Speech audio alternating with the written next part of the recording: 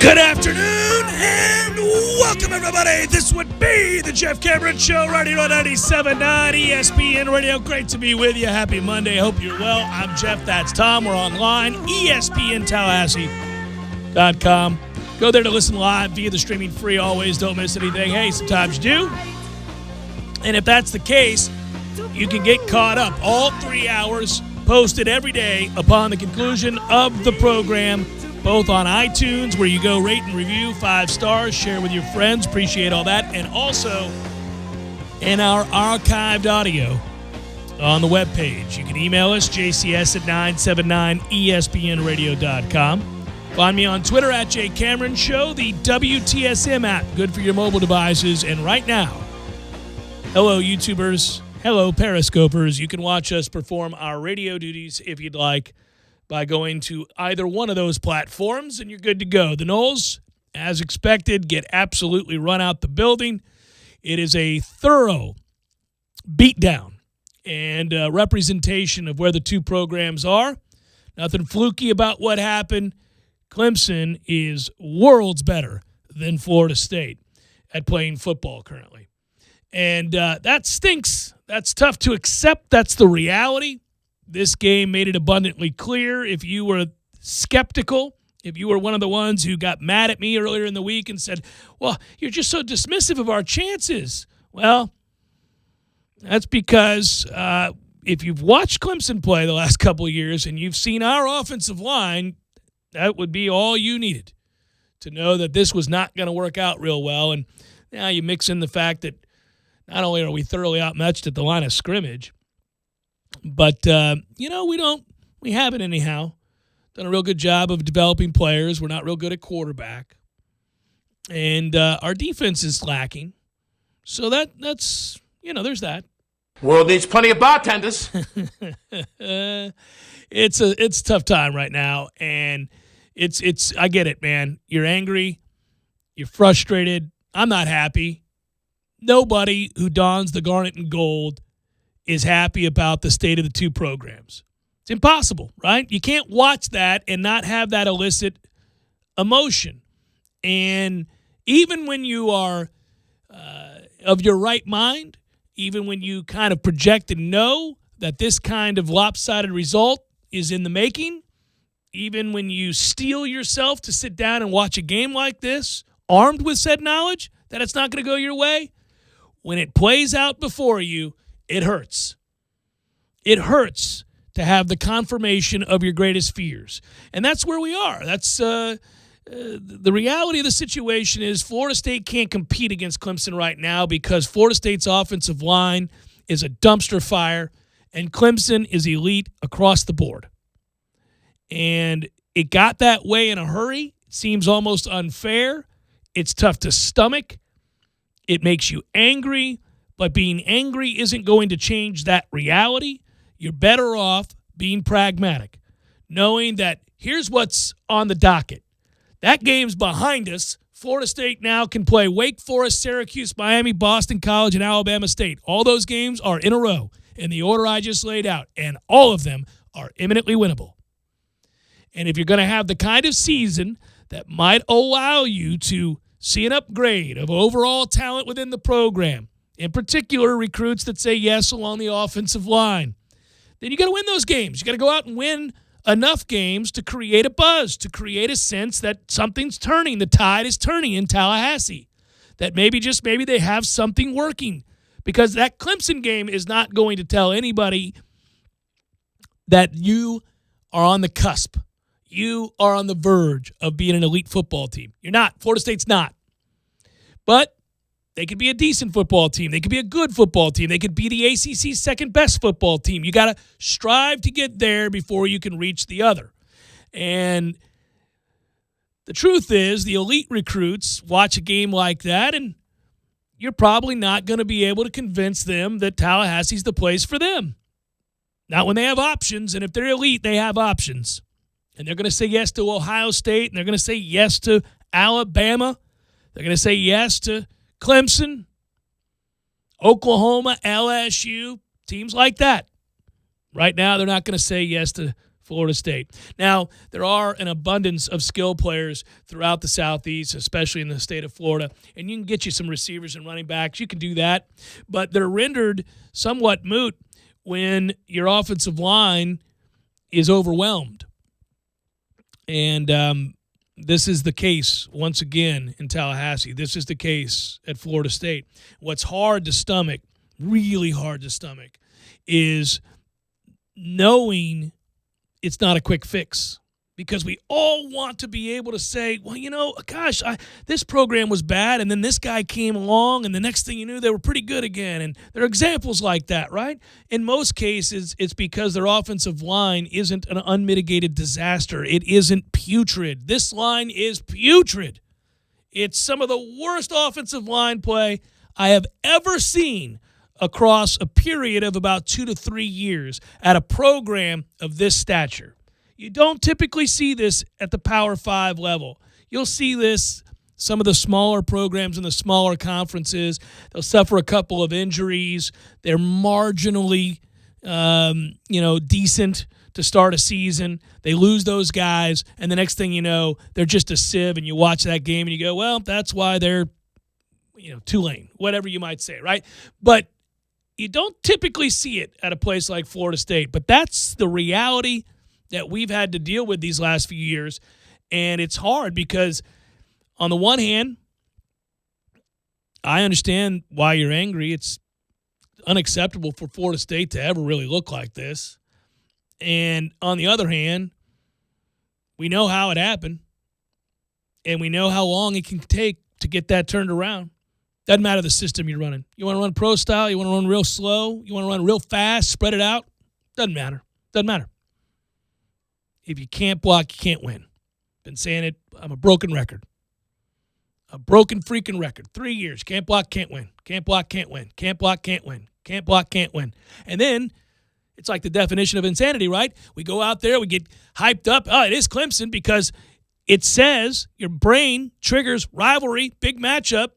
But it's not. It's not. We're not in the same realm right now. And so you expect somehow, some way it's going to be different this time around? No, it's not. Not when you can't block. I hate it for the kids. I hate it for the guys that have committed to working hard, doing everything in their power to get better, buying in. Time will tell whether or not Willie Taggart and his staff are the ones to get this righted. In the interim, what you do realize is that even if they came up with the most elaborate plan on earth to get a win at Clemson or to play that game close, it would have been ruined within 7 to 8 minutes of game action, because every snap you saw an abundance of evidence in which you're physically not capable. Now, in addition to all of the problems up front, the two quarterbacks played terribly. So you have a situation where not only can you not block it, but when they do have time, those guys didn't make the throws. So you got that going for you. You got that too. No, it was not a good day for either young man. James Blackman and Alex Hornibrook are not elite college quarterbacks. The kid that plays for Clemson is an elite college quarterback. The differences between his skill set and our two quarterbacks, well, that too was made abundantly clear. Physically, when you watch us, you realize we don't really match up. Sadly, I don't even think the area where I thought we might have a chance to have a measure of success, the defensive line, really is elite. I think you got a guy in Marvin Wilson that'll be playing NFL football, no doubt, on Sundays, and he'll have an impact. But as a unit, that line, not elite. That defense, not good, period. Linebackers aren't good. Corners, athletically, they can run. They don't get their head around. They never play the ball. They don't make plays. They just don't make plays. And then whatever you want to design offensively is ruined by your inability to block it up. So that was always going to be a beatdown. If Clemson cared, if Clemson were to endeavor to execute at an elite level, if what North Carolina, and this I feared, got their attention, married with a bye week, I thought, this probably doesn't bode well. really didn't need North Carolina to go out there and wake Clemson. And they did. They did. And it's what every coach loves, because you get an opportunity, Dabo Swinney and his staff do, to go in there and show them film in which the players are not executing, or they're lackadaisical, or they're going through the motions. And then that kind of scare creates a different reality, a new focus. Hey, guys, you do realize this conference is terrible. If we lose a football game, there's a chance that we don't get into the college football playoff no matter what happens through the rest of the year. You know, if we play too many more of these close games and the season plays out oddly and there are 5 undefeated teams, we might get left out despite being national champions, defending national champions, because our conference is terrible. So wake up. Wake up and go execute and focus. Let's get right. And they did. They got right during the bye week. Certainly helps to play us. Yes, they're not 2014 FSU. No. And I didn't think they were, because they were always playing well on defense. And that group in 2014 didn't play well on defense, didn't care to. So what comes next? What happens here? Well, I'm very serious when I say that while this is not where we ought to be, and this is not typically the place where we reside, where our goals are so minimal by way of comparison to the grandiose national championship visions we typically would like to have here at Florida State. This season, in terms of it being a success, this season, perhaps creating future successes because of what you accomplish now, well, that's still out there for you to accomplish. Wake, Syracuse, Miami, as I noted, Boston College just lost their quarterback for the year, Alabama State, all winnable football games. In fact, you could win them all, and it wouldn't be all that shocking. I'll be honest with you, it wouldn't be. Wake loses over the weekend. I wasn't high on Wake earlier this year. Didn't love their defense. Didn't think they were great. Throw in the mix that, obviously you've seen Syracuse play this year. Not the same team as they were a year ago. Miami's lacking at quarterback. Struggle at offensive tackle, both sides for Miami. So they've got some of the similar problems that Florida State does. I don't think Miami's well coached either. So you kind of look at them and you go, okay, that's a winnable game here. Won't be easy. These games will be close because we're not better than those teams by a long shot. We're not, vastly superior to them athletically. It'll be a game where if you're not careful, you could lose. But if you play smart, and you play hard, and you play well, and you execute, you could win those games. And I would expect you at this point to beat Boston College on the road. And I think obviously you'll beat Alabama State. So if all of a sudden you come out of this Clemson game with a bad taste in your mouth, understandably, and then from there you're focused, you're not the team that we saw a year ago that throws in the towel and says, screw it, that lacks maturity, emotional maturity.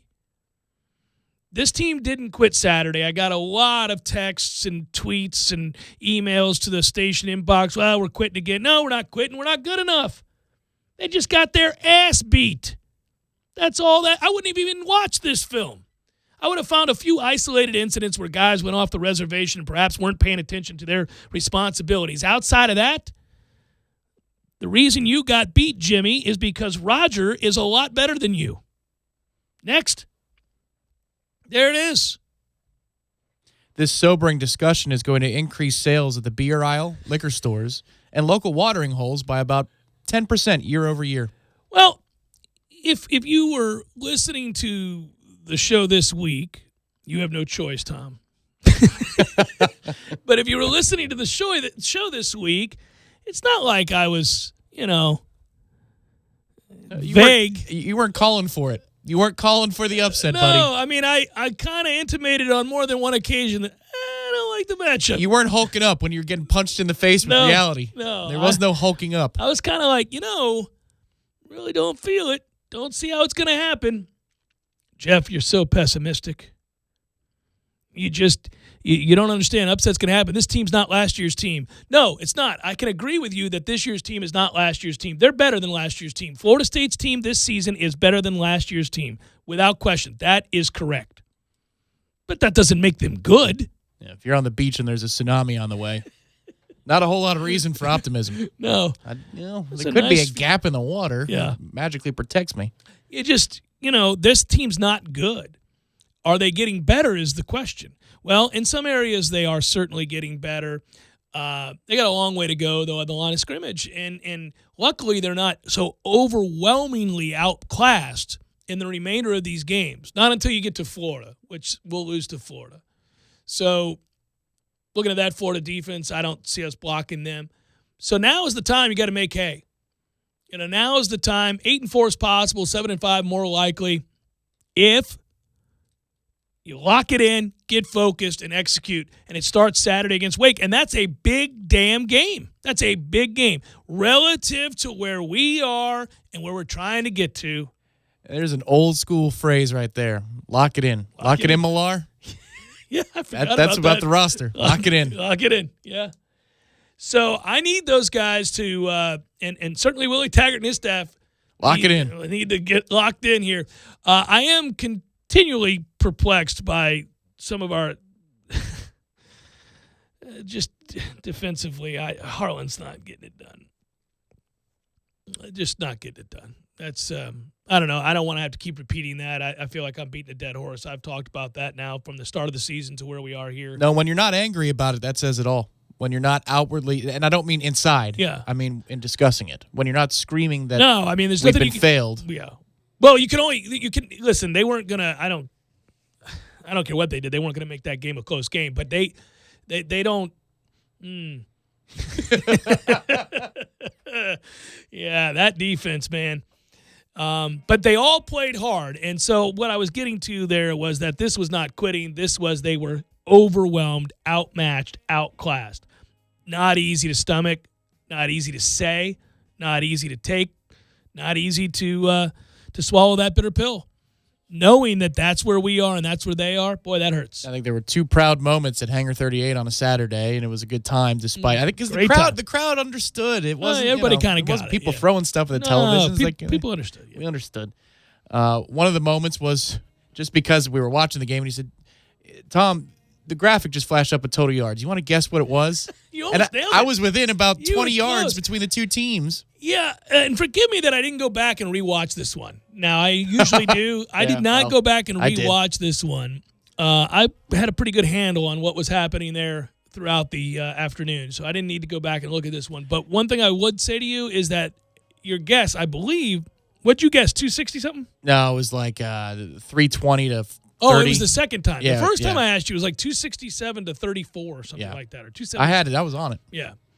Yeah. Well, I rewatched it, and then the first, offensive drive, our offensive drive, you have the third down conversion to throw over the middle to Terry.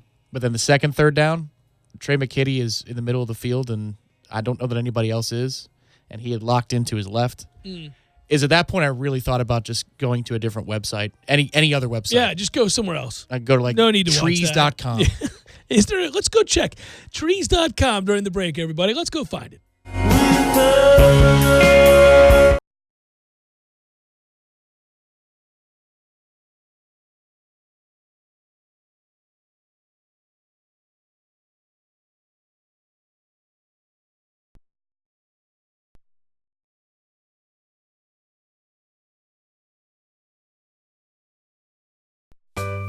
Sorry, boys, I did not have time to pack. We got this. It's right here, guys. We got this. I thought I could handle it. We got this. Moving doesn't have to be a hassle. Call us first at 2 Men and a Truck. No matter the move, home or business, we'll make it a smooth one. I forgot something. We got this.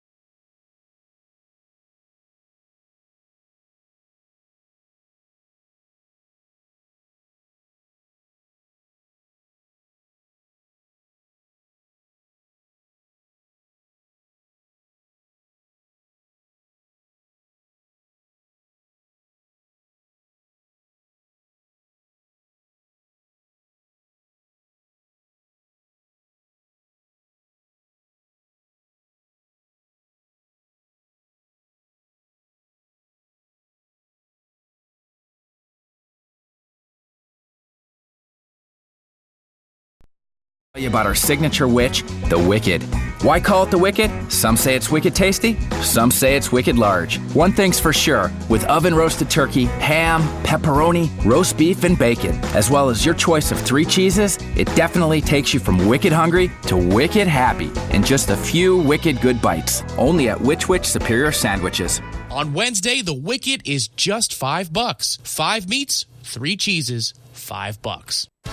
Experience Tallahassee's largest Oktoberfest celebration at the Pavilion in the center of Tallahassee on Friday, October 18th. Spend the night out with friends in a beer garden featuring festive beers and wines with unlimited refills, and enjoy traditional food and desserts while testing your skills in the interactive game station. All proceeds support local seniors with elder care services. Purchase tickets at the Pavilion box office or online at eldercarebigbend.org. This is the Jeff Cameron Show. Jeff Cameron Show on 97.9 ESPN Radio.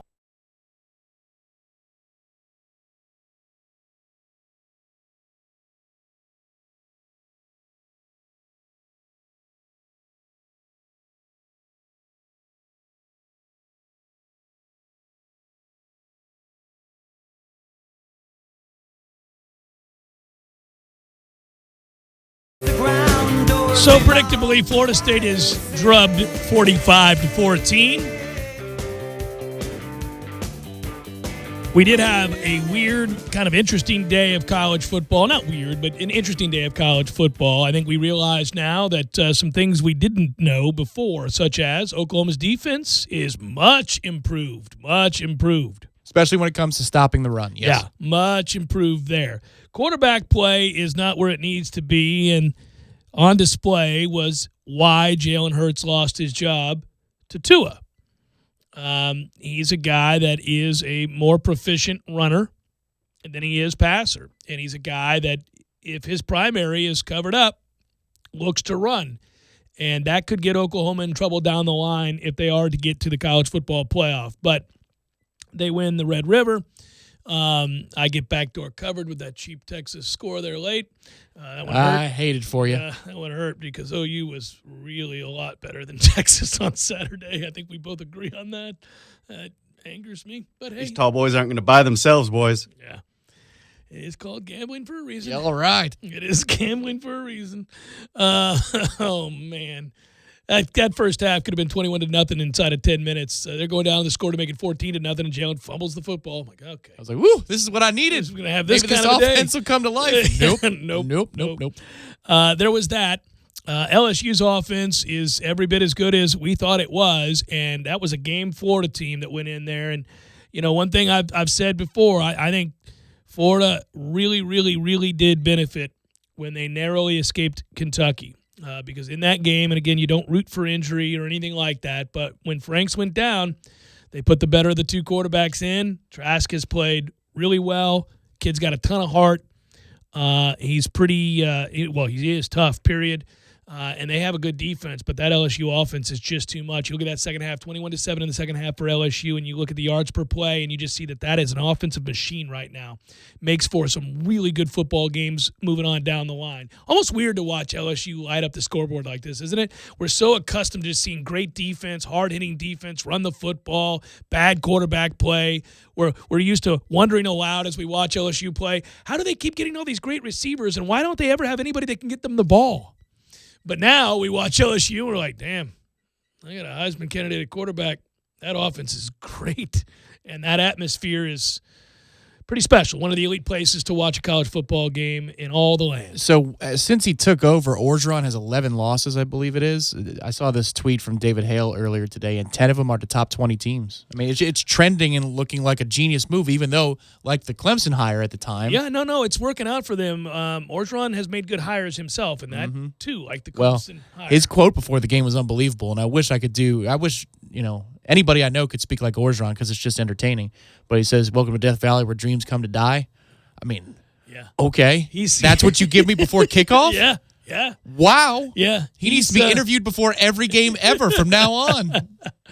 Well, the kids love him. They've always loved him anywhere he's been. It's just that the results have been spotty at times. But he's got it rolling now, and They really can sling it around the lot. So there was that. Now, Georgia was the big upset of the weekend, of course, losing to South Carolina. We really didn't see that coming, but Georgia's offense has not been humming. And while there is talent there, Fromm's looked average. And so it's kind of fascinating now. They have pinned themselves into a corner. They've got to win not only the East, but the SEC. And they very well may win the East. They would probably still be considered the favorites, although I think that game against Florida is a coin flip game now. I would say that the chances that they win the SEC aren't good, but that's what they'll have to do because this loss gives them no wiggle room. What was potentially on the table before this loss is a scenario by which you go undefeated, losing the SEC championship game, and still get into the college football playoff if you play well in that game. That's off the table now with this loss. That would give you 2 losses, and you're done. So if that happens, so they gotta win out basically. Yeah, you're still on the outside looking in too. Oh yeah. No, you are. It's just that there is a way, but you got to go. You got to win the rest of your games. Period. I mean, let's just say that the Florida game is really close and it's a kind of ugly one. Georgia wins out. They beat Alabama. That's Alabama's first loss of the season. LSU has 1 loss. So now you have 3 resumes: Georgia's, Alabama's, and LSU's. If LSU's a 1-loss team and their only loss is to Alabama, so they're not in the title game. Yeah. Alabama's is, LSU, I think. So does Alabama get jumped by Georgia? I mean, you could make a compelling argument there that, it was Georgia's day, but it's not their time for the playoff. Thank goodness that there's a lot of football to be played in a lot of important games, but we're still asking a lot of important questions, too, about what exactly is Wisconsin in Penn State in the Big Ten. We know Ohio State's elite. We know Ohio State's really good. They like to overwhelm and demolish opponents. At this point, they've probably played the most crisp brand of football in the country week to week. Primarily because they come out, seek and destroy, dominate, and roll on Big River. It's just been impressive. But there's enough intrigue that are surrounding the seasons of a lot of teams. 6-7 teams now you would talk about in that upper echelon. Sadly, we're not one of them. That's where we are. That's where we are. Oh, no. We're amongst the group desperately hoping to finish second in the Atlantic. We don't even make like the third segment of college football playoff special. Where they're like, oh, it's nice to see this one's number 20. No, we're an afterthought right now. And we will be until we figure out a way to bring in some offensive linemen. And, I think that the truth is no matter where you want to go, I'll keep harping on this. If you're the guy that is screaming from the mountaintops that Willie's not going to get it done, or you're the guy that says more time, or you're somewhere in between, and, you understand that not every game has to be a referendum on an entirety of a tenure, it doesn't matter where you're at with that. The reality of the situation is Florida State financially can't make moves. Florida State is not in a good position because they have an outgoing president. Any incoming president is going to want to hire his own athletic director. Any coach that would take a job here that you would target right now. Again, I'm talking to those people who say, hey, this is just not going to get it done. I think we need to move on. Okay. I don't agree with you right now, but what I would tell you is that I understand your frustration, and even if you are in that camp, we can have a rational conversation, and that conversation is this. We're screwed because until you get a new president who then hires his own athletic director, a coach is not coming here. A coach wants to know who he's going to work for before he says yes. Also, if you fired a coach this early in his tenure, given that he is also represented by super agent, that is super agent for all the coaches apparently in college football, good luck, right? You're screwed. Yeah, for me, there's 2 timelines here. The one that is talking about the 2019 season only. I thought we'd be here anyway on this Monday, having lost to Clemson, and the question is, how do you respond at Wake? So, like, in that discussion, my attitude hasn't changed at all from, say, last Thursday or last Wednesday. But for the big picture thing, what that game did was allowed me to go back and look again, even though I know what it says, at the 2020 recruiting class and see the offensive line commits. And I go, okay, so you're going to need to really hit the grad transfer market or the JUCO transfer market hard. Both. You're going to have to do both. But you're actually going to have to hit on somebody, and somebody's going to have to want to come here. Well, they got so that's the problem. Yeah, they got 3 guys coming in right now, and they're 3-stars type guys. I mean, they don't have, you're not going to get, and that's the other problem that we have right now is anybody that's a 5-star elite game-changing lineman. First of all, they're hard to find, very few. superstar offensive linemen, go straight from high school to college and play big-time college football and have an impact in year one. Dante Lucas is probably our best lineman, so we hit on him. That's good. That's a start. But he still gets overwhelmed against these bigger and better teams, as freshmen are wont to do.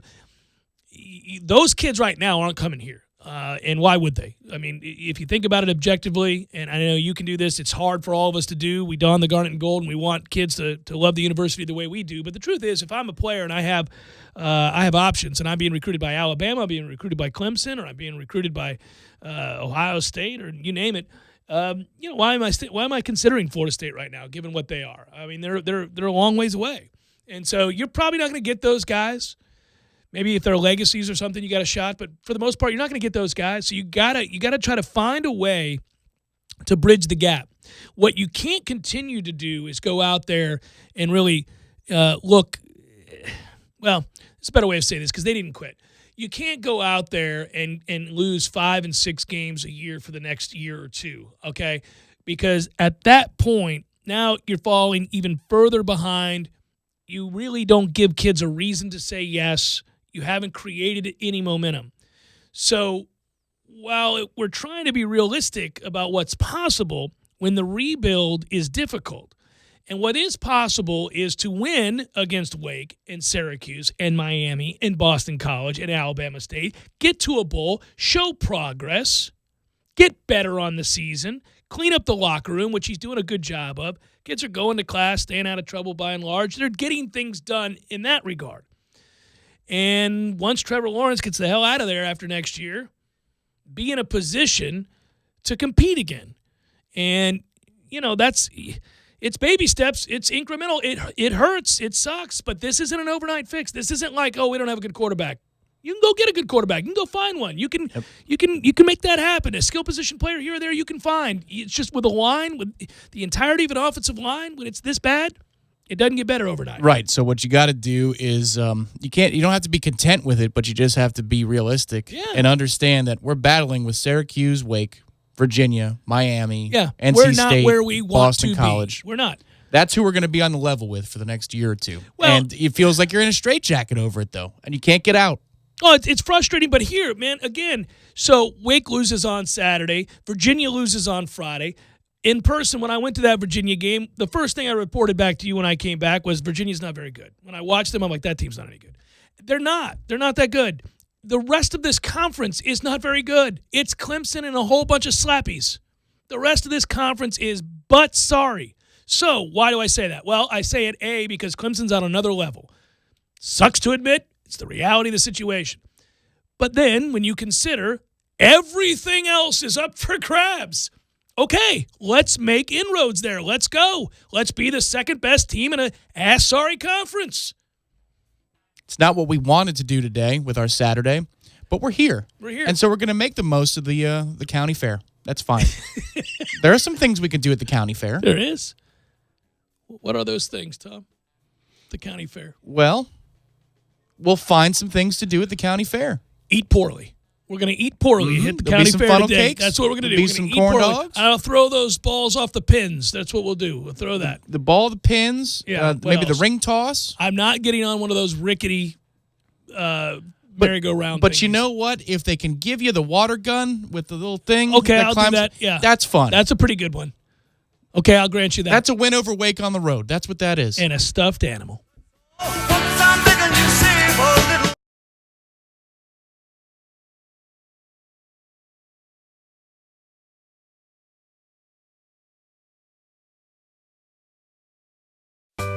Sorry, boys, I did not have time to pack. We got this. It's right here, guys. We got this. I thought I could handle it. We got this. Moving doesn't have to be a hassle. Call us first at 2 Men and a Truck. No matter the move, home or business, we'll make it a smooth one. I forgot something. We got this.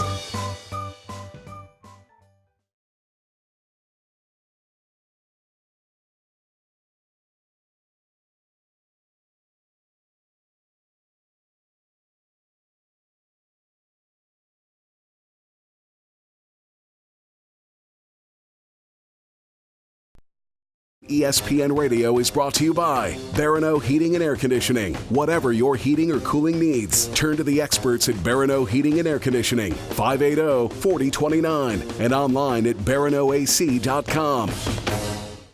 One of my favorite things about being a member at Orange Theory Fitness is the sense of community. Initially, after taking the tour and seeing the state-of-the-art equipment, I was intrigued. I became convinced even once I researched the science-backed technology track, coach-inspired workouts, all of that. But what I didn't count on was the support, the sense of camaraderie shown by the members and the coaches. You realize pretty quickly you're not alone. And when you're pushing yourself through barriers and attempting to be your personal best, you can use all the help you can get. And it's there. It's amongst the members and coaches at Orange Theory Fitness. To learn more, go to orangetheoryfitness.com. Hey, this is Jeff Doxey, representing Premier Fine Homes. I'm proud to announce Premier's newest community, Brookside Village. Brookside has the great schools you want, some larger home sites, and is conveniently located on Ox Bottom Road between Ox Bottom Manor and Moore Pond. Call or text me today at 545-4747 or email me at jeffdoxey1@gmail.com. Remember, before you buy, try me at Brookside. Check this out. If you pull up the list of draft beers that are bountiful, I might add, at Bumpa's Local 349, you will see, and I don't want to name names, but local, I'm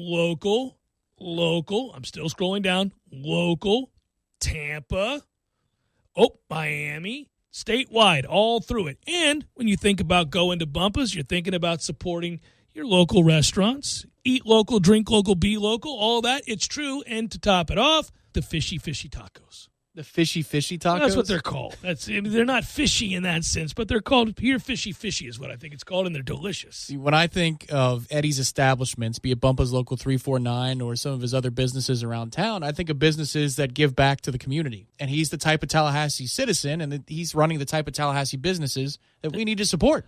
Yeah, and he supports us, so support the businesses that support us. And like he says, eat local, drink local, be local. Bumpa's Local 349. Hardee's new Monster Roast Beef Sandwich is stacked with slow-cooked roast beef, slices of crispy applewood smoked bacon, all covered in layers of melted cheese. This tasty triple threat is kind of like an epic no-hands backflip on a wild Mustang while spearing a great white shark. How you got a wild horse out in the middle of the ocean isn't important. What's important is that the new Monster Roast Beef Combo with fries and a Dr. Pepper is only available at Hardee's. Available for a limited time after regular breakfast hours at participating Hardee's. Dr. Pepper is a registered trademark of Dr. Pepper 7-Up, Inc. Escúchame, it is Dan Le Batallón, ESPN Radio. I saw something on the internet the other day, and I didn't know whether it was real or not because I rarely do these days, that an airline, I don't understand how this could have been possible, but that an airline was thinking about taking out the seats and making people stand during flights, which seems really, really unsafe. What do you do for protection? Seatbelts? I have lost, probably a year of my life sitting through those announcements that tell me that I need to stay seated with the oxygen mask and the seatbelt at the ready. I keep thinking we're going to laugh about it in 40 years, but we haven't really improved in 40 years. The seats are just small and uncomfortable, and then they take away simple things like pillows and peanuts from you because they're trying to save money in every corner. So you've heard. Right, back there. When I overhear it. There isn't a back there when you fly private, Dan. The Dan Le Batard Show, weekdays at 10 a.m. on 97.9 ESPN Radio. ESPN Radio Sports Center. I'm Doug Brown. Week 6 in the NFL wraps up tonight in Green Bay with the 4-1 Packers hosting the 2-1-1 Lions in the wide-open NFC North. The Lions have won 3 of their last 4 trips to Lambeau Field. The game is at 8:15 Eastern on ESPN. The Jets and Redskins each got their first wins of the season Sunday. The Jets beat the Cowboys, who've now lost 3 straight after a 3-0 start. ESPN's Dan Orlovsky says Dallas has multiple issues in this game, but a big one was the play of quarterback Dak Prescott. If we are going to pay you all that money, you figure out a way to beat a winless football team, and he didn't do that, and that's my biggest case with Dak. You can't ask for $40 million and lose that game. Dan Orlovsky on Get Up. The Cowboys will host the Eagles this week on Sunday night.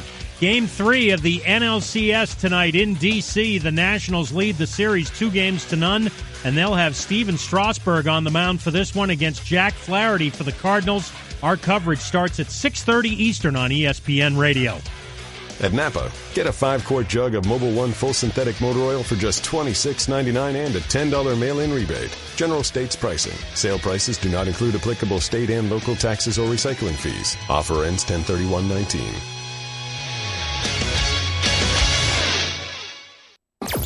Broadcasting live from the Tallahassee Dodge, Chrysler, Jeep, Ram, Fiat studios in the capital city of Tallahassee. This is the Jeff Cameron Show on 97.9 ESPN Radio. Man Cave Monday, brought to you by Tallahassee Dodge, Chrysler, Jeep, Ram, Fiat. Right on the corner and always right on the price. Check out the latest 2019 inventory at TallahasseeDCJ.com today.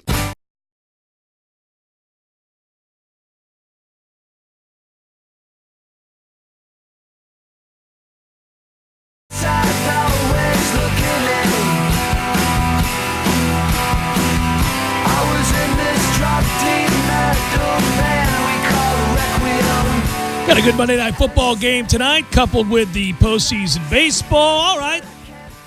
We'll be okay. We'll be all right. Needed distractions. Let's move on. Let's go. Come on, everybody together.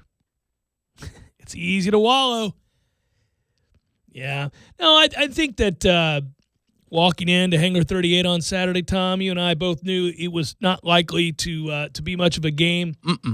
Any hope that it would be a compelling football game was eliminated within 10 minutes. Mm-hmm. And then from there, it's a more enjoyable experience because you've accepted into your being what's happening. Ah, indeed. Yes, we did. Which is one team thoroughly vanquishing the other because they can. Because they're better at nearly every position on the field. There you go.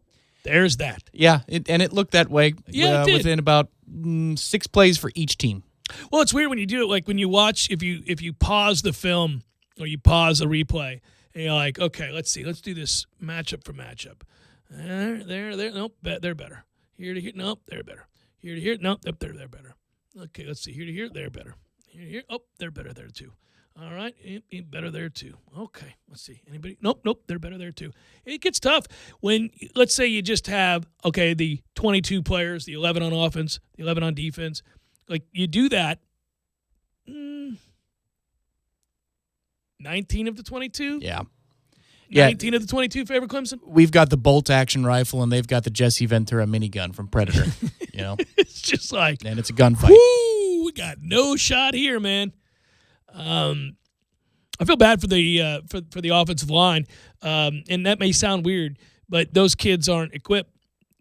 Lucas is. In time, he'll be able to win some of those battles, but the other guys aren't equipped. Well, and when they did block, we bailed.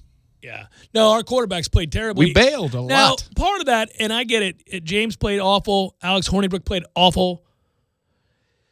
Part of that is, I wonder when these guys aren't blind.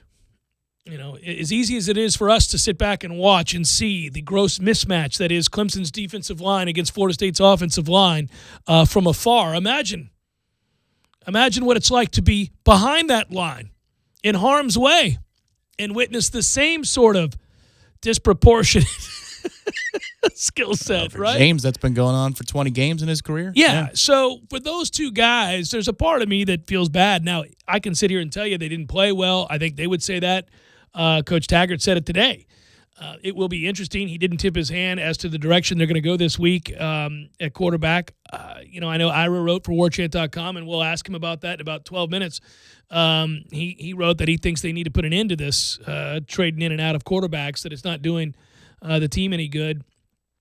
I suppose. I don't know. I'll let him vet that further. I don't know that it matters who you start at quarterback right now. I don't think either of them are elite quarterbacks. So do you get a little bit more out of one of them if they feel more secure, if they feel like they don't have to look over their shoulder? I don't suppose so. I don't think they're any better.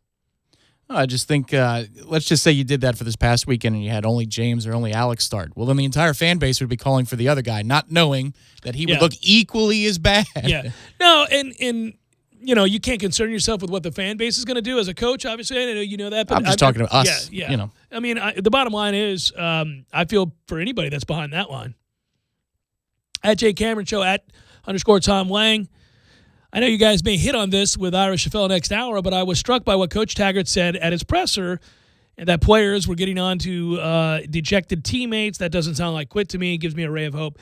Well, again, I'll reiterate it. If you're just joining the show, nobody quit on Saturday. I mean, nobody quit. They didn't quit. They were fighting. They just aren't good enough. And they're outclassed by a mile by Clemson. And, that Clemson program's at a place right now where you watch the development of elite talent and you see them put in a position to succeed time and again. There are guys on our team that could play for Clemson.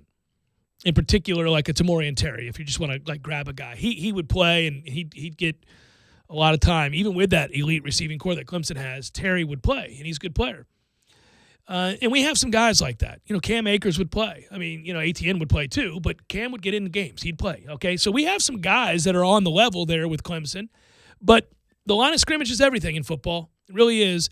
And then from there, if you want to kind of extrapolate not only the problems that you have up front with the inability to block, you failed to bring in a quarterback. You don't have, their quarterback is, again, arguably the nation's best quarterback. So it's not only can they block it, they're blocking it for a guy that's better than everybody else at the position, not named Tua, or that's about it. Yeah. Right. So that's it. Maybe Fields in a year, but not right now. No. Yeah. So but we don't have that. We don't have that quarterback, and we certainly don't have that line. Man, there's a throw he makes, and I'm not even talking about the highlights, like the big ones down the field or the touchdown where his hips are turned the wrong way and he awesome. kind of fires up. Yeah. There's a throw he makes. We're playing soft shell coverage, right? Imagine that. You think you guys might hit on that on headlines? Yeah. But it's like a little dink and dunk pass, but it's from the far hash mark. And it's just to set it up so the guy has a chance. It's almost like a smoke route in the pros where, all right, make a guy miss and let's see what happens. The velocity, his arm was so live. It was ready to go on Saturday. Oh, yeah, it looked like 2018 Trevor Lawrence from the word go. I don't think that it was coach speak when Dabo brought up that he's been playing hurt. I think we now know he was hurt. He was playing hurt. He wasn't the same guy. Two things happened that were really detrimental to our chances of winning this football game. Well, we weren't going to win the football game regardless, but these two things were their roster was intact, so that hurts our chances. They showed up. Yeah. No, but two things happened that really didn't, that really made it fait accompli.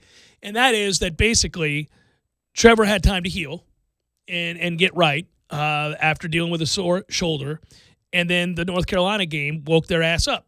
And so the bye week comes into play, and all they got to hear about was how poor they've looked up to this point. And to be sure, the national media has pounded that talking point. They have said over and over again, Clemson looks terrible. This doesn't look like the same team. Statistically or otherwise, they're not the same team. What's going on at Clemson? They better be careful. Florida State's won 2 straight. All this stuff. And I'm sure they're like, okay. And then you walk into that. So let me ask you this question, just because I'm a glutton for punishment and self-loathing. Who could have scored more if they tried to for 60 minutes? Louisville in 2016 or Clemson on Saturday? Or Clemson last year? Throw those three out there. Louisville. We quit in the Louisville game. We didn't quit Saturday. We quit in the Louisville game where Lamar Jackson could have just run around, okay? And in that game, he was literally just running around. And if you recall, they punked us. They walked into our huddle. Mm-hmm. Higgins had to come out and, he was the only one. Odell was the only one showing real fight. That was a game where I think they could have scored whatever they wanted. And I was fearful at the time that they were going to, because it did look like they weren't interested in slowing down. Yeah, these guys went to their backup with 9 minutes to go in the third quarter. They did, but we were still fighting, and we did make it. Look, there's an 11-play drive for Clemson. There's a 9-play drive for Clemson. There's an 8. We were eating clock, making them earn it. They had to execute to win the game. They had to go out. Now, they were always going to win the game, but they had to actually execute plays. That Lamar Jackson game, he's running around doing whatever the hell he wanted. That confused, faraway look on Jimbo's face that day told me everything I needed to know. He didn't have that team ready to go. Famous line was, "I should have hung 80 on him." Yeah, the last big win you had there, Bobby. Well, now you're currently unemployed, but yeah. Irashfel, warchant.com, next.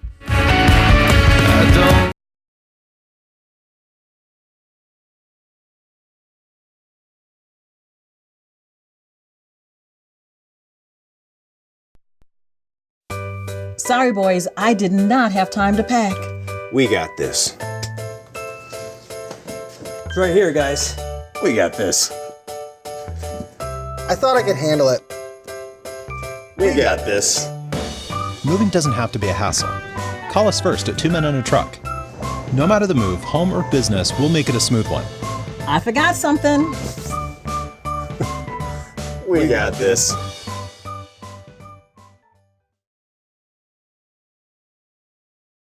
Lunch, or maybe enjoy trivia night, live music, happy hour, and all-you-can-eat night specials, too. For membership information or to join right now, just call 850-942-4653. Southwood Golf Club is ready to make you a member. 850-942-4653.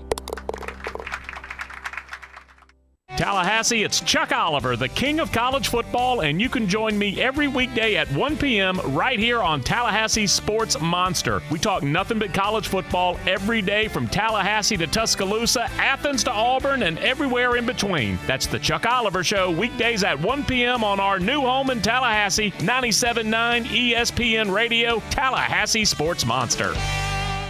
Thursdays are Friday Eve, and that's a reason to celebrate. No matter what you're looking for, they've got you covered every Thursday down in College Town. Centrale offers 50% off select pizzas all day, every Thursday. Or you can stop by Township for Taco Thursday. $2 house tacos, $2. Madison Social offers the Social Agreement. You and a buddy can split one Aurora wings, 2 Madso burgers, 2 bourbons, 2 proof Madison Socials, all for just $40. See what they did there? And don't worry about parking. Plenty of spaces available in the parking deck or surrounding lots. Check out all the Thursday College Town deals right now on ThursdaysInCollegetown.com.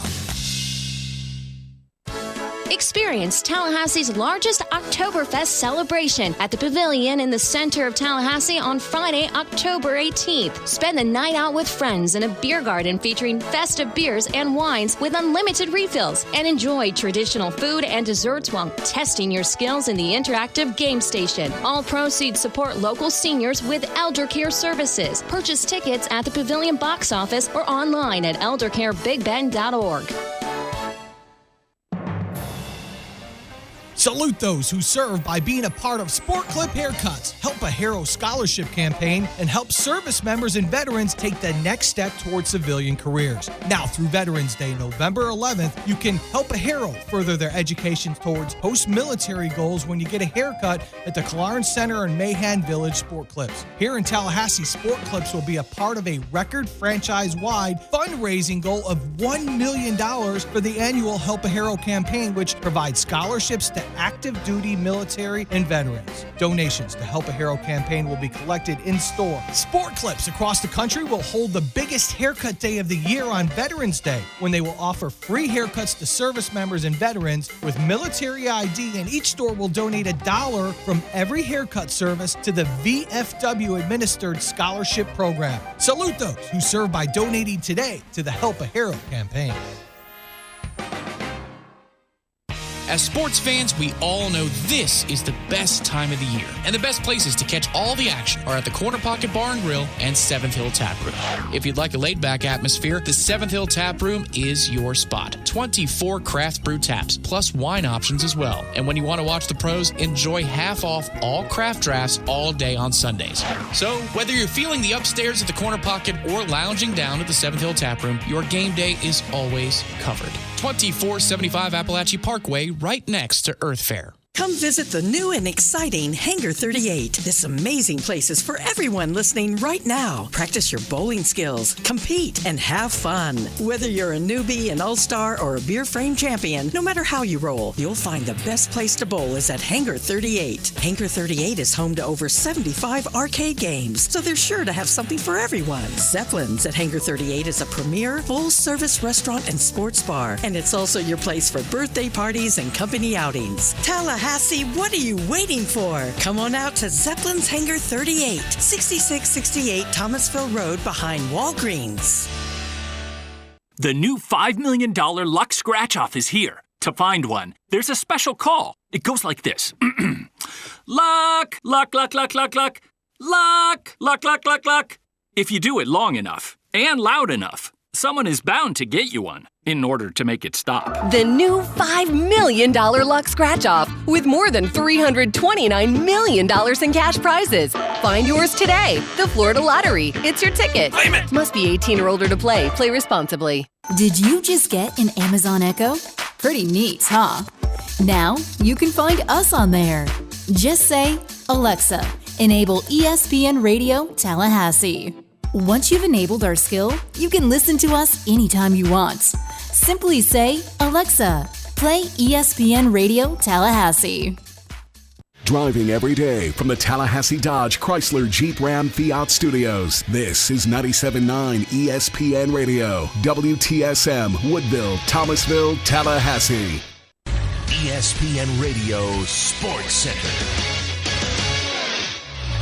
I'm Doug Brown. Week 6 in the NFL wraps up tonight in Green Bay with the 4-1 Packers hosting the 2-1-1 Lions in the wide-open NFC North. The Lions have won 3 of their last 4 trips to Lambeau Field. The game is at 8:15 Eastern on ESPN. The Jets and Redskins each got their first wins of the season Sunday. The Jets beat the Cowboys, who've now lost 3 straight after a 3-0 start. ESPN's Dan Orlovsky says Dallas has multiple issues in this game, but a big one was the play of quarterback Dak Prescott. If we are going to pay you all that money, you figure out a way to beat a winless football team, and he didn't do that, and that's my biggest case with Dak. You can't ask for $40 million and lose that game. Dan Orlovsky on Get Up. The Cowboys will host the Eagles this week on Sunday night. Game 3 of the NLCS tonight in D.C. The Nationals lead the series 2-0, and they'll have Steven Strasburg on the mound for this one against Jack Flaherty for the Cardinals. Our coverage starts at 6:30 Eastern on ESPN Radio. At Napa, get a 5-quart jug of Mobil 1 full synthetic motor oil for just $26.99 and a $10 mail-in rebate. General states pricing. Sale prices do not include applicable state and local taxes or recycling fees. Offer ends 10/31/19.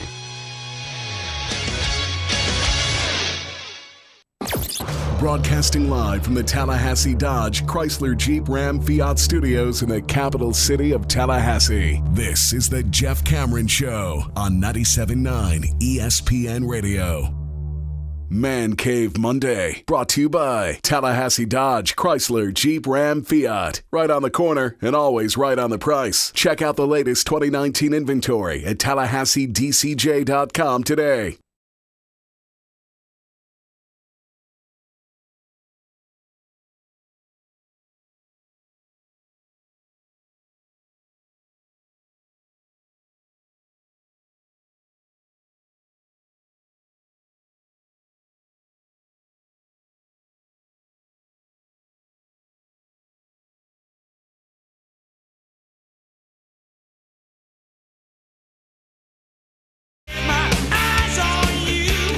Hour number 2, Jeff Cameron Show, 97.9 ESPN Radio. I just watched a funny video of a goat headbutting a woman. All right. If you're wondering what happens during the breaks. So I saw a video today of a dog who apparently locked its owner out of the car. He's in Ireland. It's an Irish guy with an unbelievable brogue. Mm-hmm. And there are a bunch of cows at the edge of this pasture just watching this guy trying to get into the car. And he's talking to the dog. He's trying to get the dog to walk over the unlock button. It's a good one. It'll help you on a Monday after a big loss. Oh, we need these things. Yeah, absolutely. That and videos of ducks and things like that. Yeah. Or the in-game distraction on Saturday that I put out there, which was the stepson taking his father's name. Oh, come on, man. We're sitting there enjoying a thorough ass beating, watching and talking about football, and the next thing you know, you're showing me that. You're trying to get me to cry at Hangar 38. Good Lord. Well, my fiance showed. I had to be steely. To be sabotaged like that. I need not be alone in that moment. You could say, when you get home, watch this video. I said, because I went through this, be steely. And I warned you. I said, you got to be steely. Be ready for this. I was. I mean, I kept it together, but goodness, what a beautiful, heartfelt video that was. By the way, we're online, ESPNTallahassee.com, currently on YouTube and Periscope. Also, the show, all 3 hours of it will be posted when we wrap up here today. You can find it on iTunes, and I would suggest to go there and give it 5 stars so that your fellow radio talk show loving friends out there will find the program as well. As we're wont to do, let's bring in my buddy Ira Shafel. Warchant.com is the website. Ira joins us right now. Hello, good sir. How are you? I'm great, Jeff. How are you? I'm well. I kind of expected what happened on Saturday, so I don't know that it set me back an awful lot. I admire people whose optimism led them to believe that game could be close, but it is a stark reminder of just where they are, meaning Clemson, and where we are. I don't know that we're going to differ much on our assessments of the situation, but you've had some time now, and I know you wrote some good stuff on warchant.com, but any thoughts today that kind of come to mind after hearing Willie Taggart today and really kind of where this program is at right now and where it can be by season's end? I think, you hope he's right when he's talking about the mentality of the team after the game. And I think that, if he's accurate, if he's reading this team correctly, and that, they came back on Sunday and they had their little practice on Sunday where they kind of correct mistakes and start, thinking about the week ahead. He said that he was impressed by the way they were holding each other accountable and they were trying to keep each other up. And Marvin Wilson was making guys run if they pouted and all those things. I mean, if that's true, that at least gives you reason to, think that this season, the second half of the season, something good may come of it. And I think that's the whole crux of this whole thing is I know people are so mad about how poorly they played against Clemson and how far they are behind some of these teams, but that's not exactly a revelation. And just because you want them to be at that level doesn't mean they are going to be at that level right away. Now, they shouldn't be that bad. Clemson's not beating anybody else like that necessarily. So I understand the frustration, but at the same time, that doesn't mean the entire season is a wash. And I think that that's where, people have to kind of either come to grips with that or you're just going to be mad all the time because they are where they are. You can't go into Clemson as deficient as they are at some key positions and on a day when Clemson plays really well, expect that you're going to win the game. Really the scenario you needed was for Clemson to make mistakes, and they really didn't do that very often. Yeah, a couple of notes there to unpack. First of all, I do think he's right about this team's mentality. I do think they're going to play hard. I do think that they are different from last year's team in that way. I do think that they'll go out and fight. They're just not good enough, Ira. They're just not a good football team. They don't have a very good quarterback, either one of them. Their offensive line is atrocious, and that's also the difference between the games that Clemson's played against the other teams and us, is that they haven't beaten other teams that way because none of those other teams have an offensive line that look like ours. Florida State's offensive line is abysmal, and they're not even close to competing with good teams. They'll go get killed by Florida at the end of the year, too, so everybody should be awake for that, too, or at least be aware that that's going to happen because they won't block them. But they can beat Wake, Syracuse, Miami, Boston College, and Alabama State, and in doing so, create some momentum where maybe, just maybe, enough talented players, including offensive linemen, say yes to Florida State going into next year. Yeah, and I think that's I got a lot of people on social media during the game and after the game, coming back at people in the media and other people saying that, you told us they were improved and, we thought that they improved, but they haven't at all. And I don't buy that. I mean, the reason you look that bad against Clemson is because Clemson can do that to you. I mean, that's the, if you played sports or if you've competed with people, your competition sometimes affects how you play, especially at that level. And so, what Florida State may be at the point now where they can execute an offense against an average to below average defense, something they couldn't do a year ago. Well, now they can. Right. But that doesn't mean they can do it against a good to great defense. And so to me, I think that's a little bit frustrating is that some people I've talked to, and maybe it's people who are reactionary, but I get a lot of texts from people who I know and respect as well, who feel like, man, nothing has happened, and this thing's not going in the right direction. And that part, the one thing I do get is I get people who are concerned about the big picture and whether or not it's ever going to get there. And it's fine to be concerned about that, but you also can't just discard everything you've seen that's positive because there have been positive things. Yeah, and then a lot of things can be true simultaneously, that they're a million miles away from competing with elite-level teams, in particular Clemson, and that they're also improving, and they can beat a lot of the average teams in this conference. By the way, it's a bad conference. I don't see another good team in this conference. And Clemson's elite, and every other team in this conference is bad. So, why not be the second-best team in the ACC which happens to be a good mile away from what Clemson is.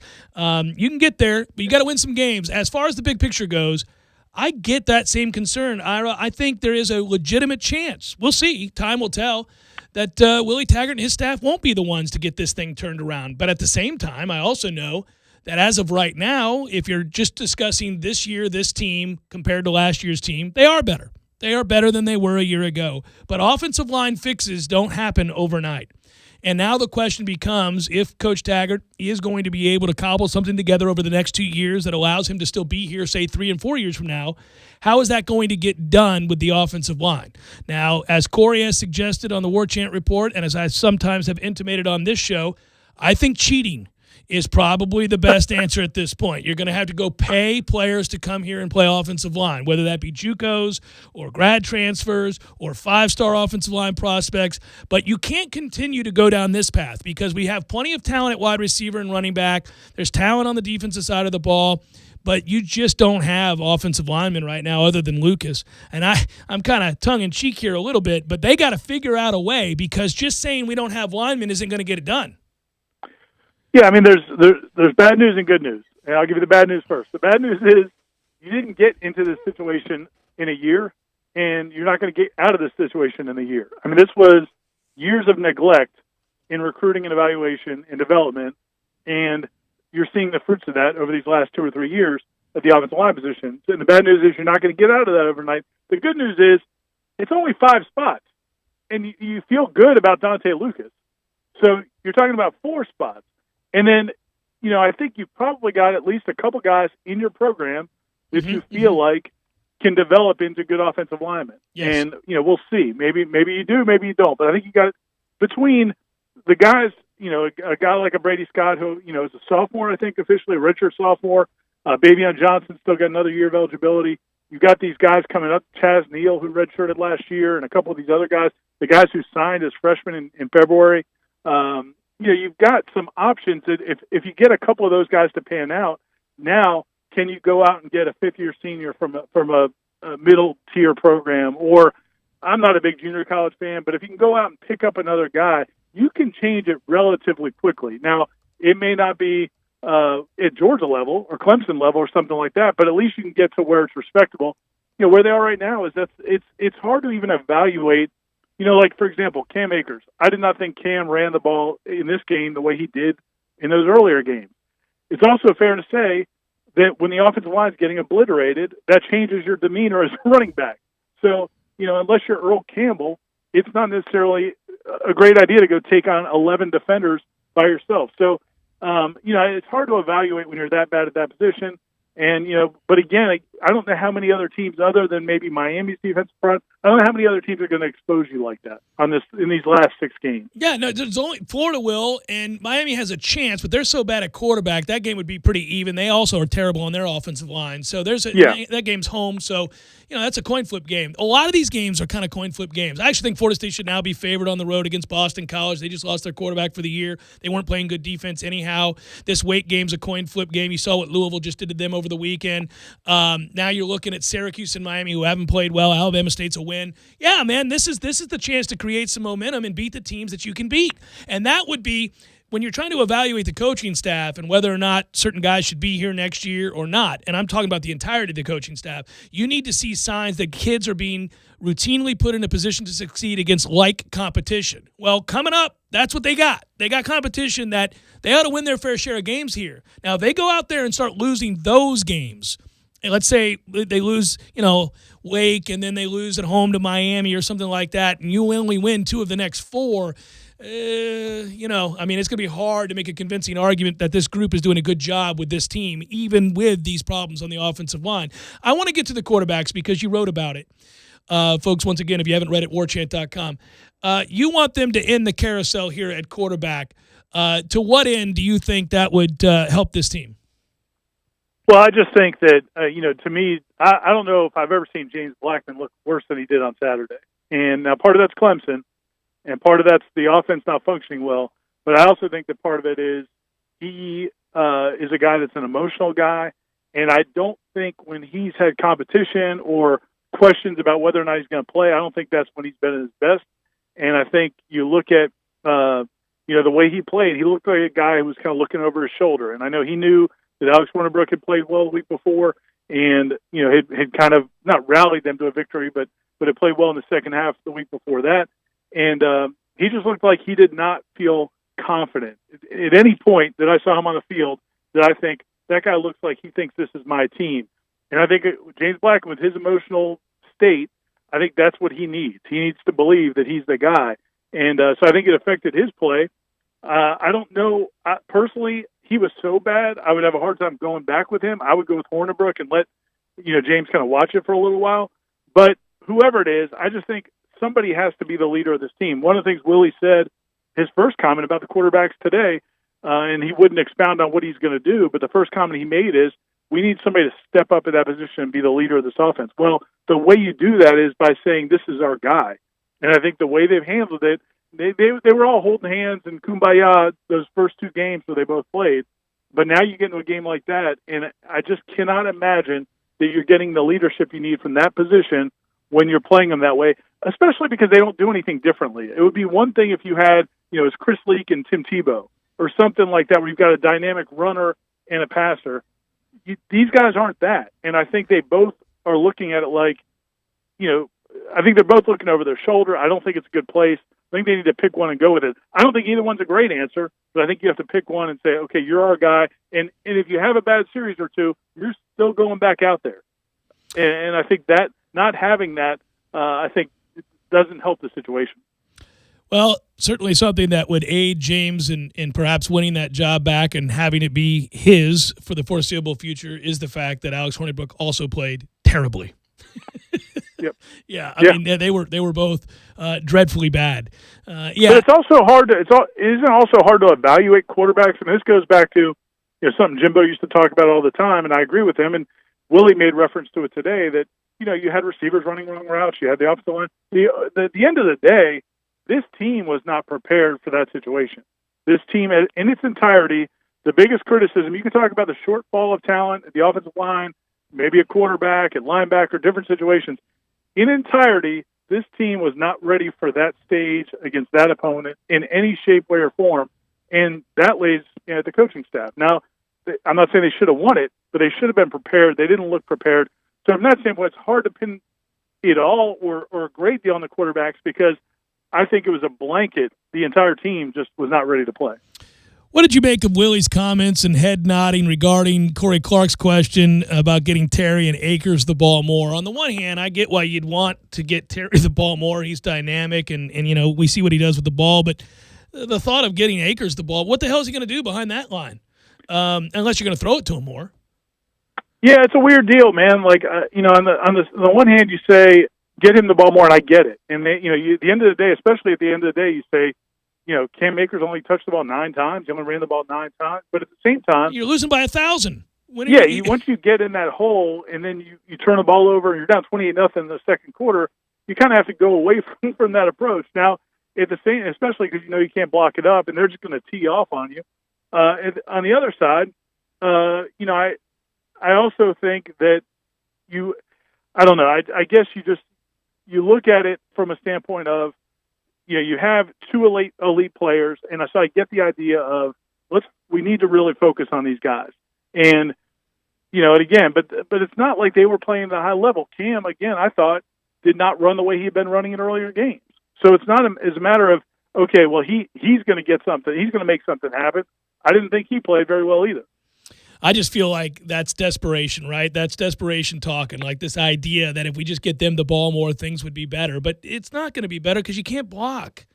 Well, and that's not the way this offense works anyway. I mean, if you look at, I did a story a couple of weeks ago that they're spreading the ball around to like 10 different guys. I mean, it's not like, to your point, you can't have an identity where people know what you're going to do and still do it. Everything has to be unpredictable to have a chance. And, so if you're saying we're going to give Cam 30 touches, well, you better be better than that other team because they're going to have a good idea what's coming.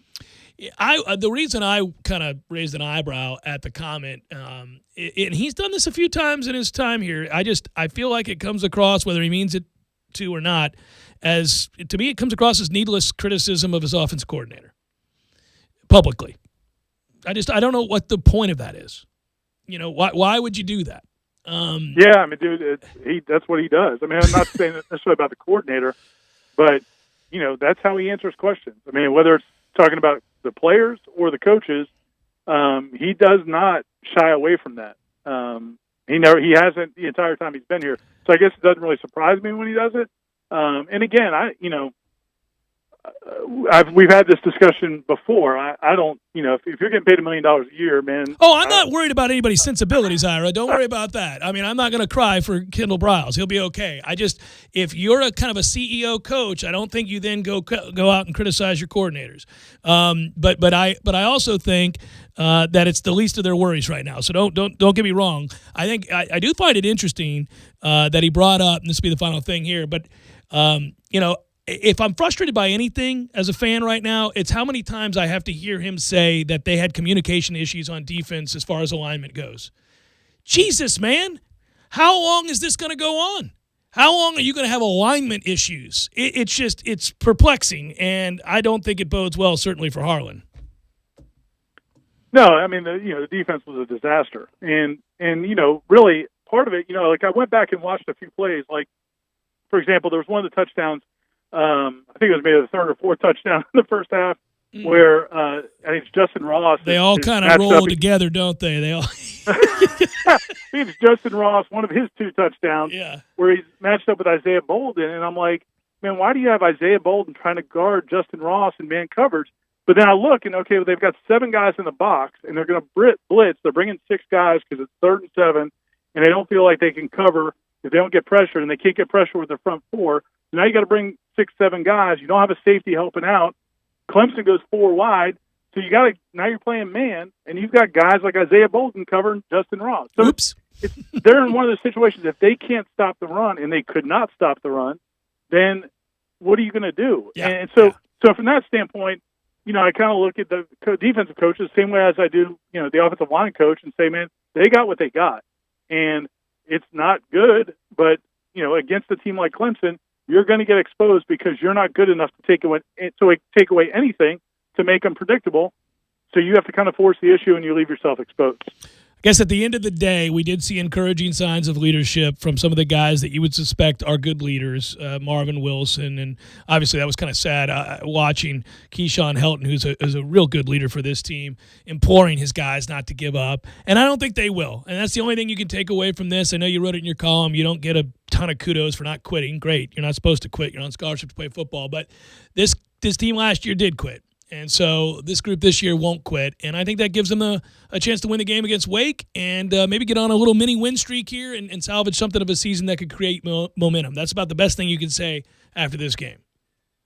Yeah, and I think it's, at the end of the day, if you can beat Miami, to me, Miami is such a big deal because if you get to a bowl game and say you win 7 or 8 games, you get to a bowl game and you've beaten Miami, at least you beat one of your rivals, I think that's a season you can say, okay, I see progress.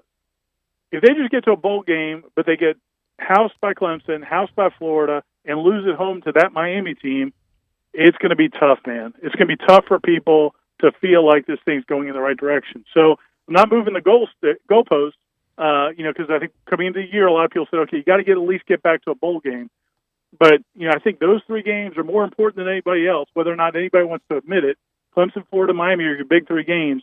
And if you lose all 3 and get just destroyed in 2 of them, which is very possible that could happen in Gainesville, that's going to be tough for Willie, and it's going to be tough for the fan base going forward. So to me, that game, there's a lot of opportunities for wins here. I think they could win 4 or 5 of these last 6 games, but that Miami game is huge. I mean, it's huge. Well, get ready. Tomorrow's headlines is you, me, and Corey talking Scotty Barnes, baby. Scotty Barnes for 2 hours, baby. Be well, brother. See you, man. Take care. Ira Chappelle, warchant.com.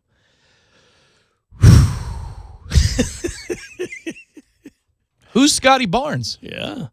Lots of Scotty Barnes talk coming up this in the show. I'll get to it in the 5 o'clock hour. I'm excited about Scotty Barnes. Is he an offensive tackle? Left guard. Left guard? Left guard. No. Not right guard. Left guard. He's not a guard. Yeah, no. Anyhow, I can't wait till we start paying some offensive linemen, man. big money grip. Whoever you are out there, Booster Man, let's go. Hey, man, I'm sure we're not, but whatever we did, correctly from a recruiting standpoint to get top 10 basketball players to say yes to Florida State University. Yeah. Might be a good seminar. Well, that's actually a really good coaching staff with very good recruiters. It's Jeff Cameron Show, 97.9 ESPN Radio.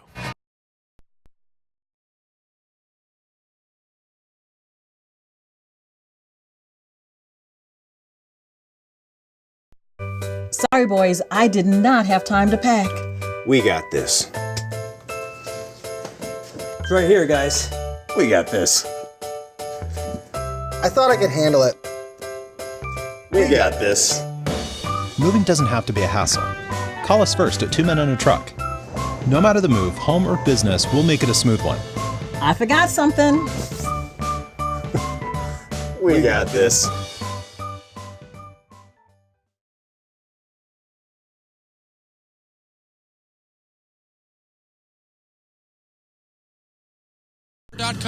Whether you're feeling the upstairs at the Corner Pocket or lounging down at the 7th Hill Tap Room, your game day is always covered. 2475 Appalachian Parkway, right next to Earth Fair.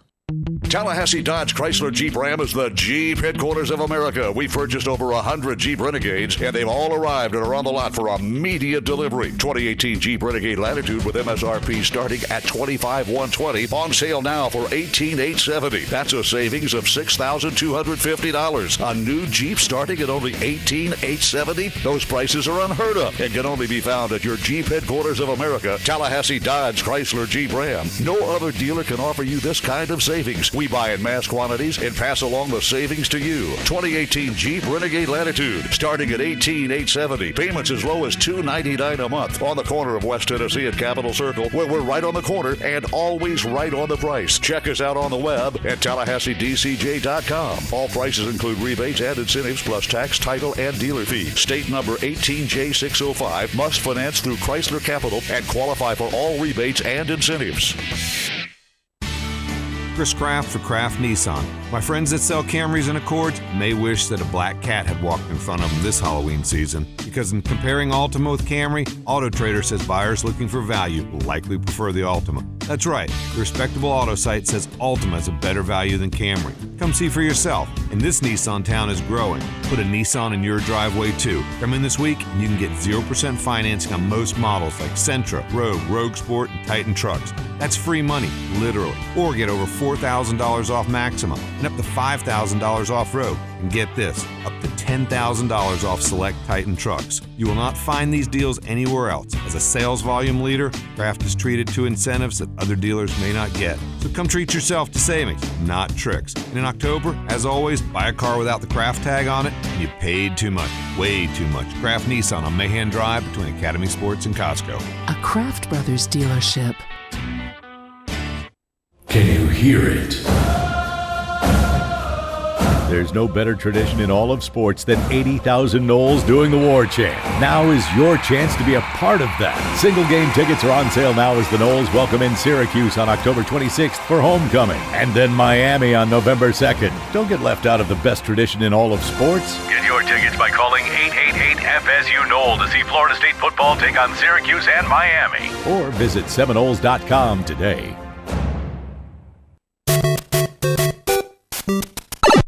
Games for Less, the only locally owned and operated gaming store in town, has Tallahassee's largest selection of new and used video games and game systems. The future of video gaming is at Games for Less, where they have both the PS4 and Xbox One. It's time to trade in your old systems and elevate your gaming experience now. Games for Less is also your headquarters for the best in retro gaming. Atari 2600, original Nintendo, Super NES, or Sega Genesis, you name it. They got it at Games for Less. Games for Less, the Super Walmart Shopping Center on Appalachian Parkway. Give them a call today at 850-219-3535. That's Games for Less.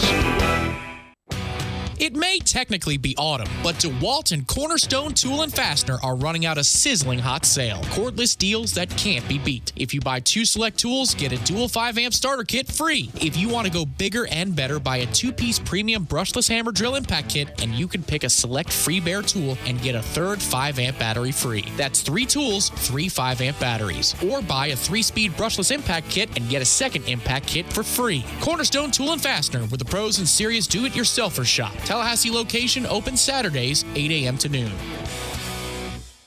Fire the cannons. Fire them cannons!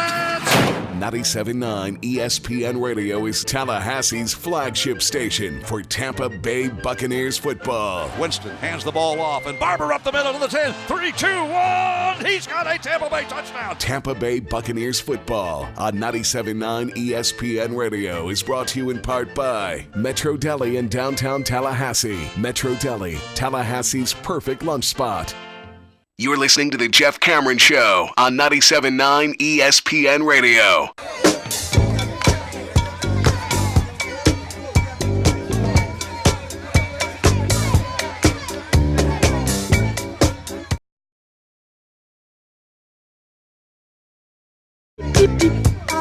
So you know what cracked me up was Sunday morning. So after we all went through the hell of watching.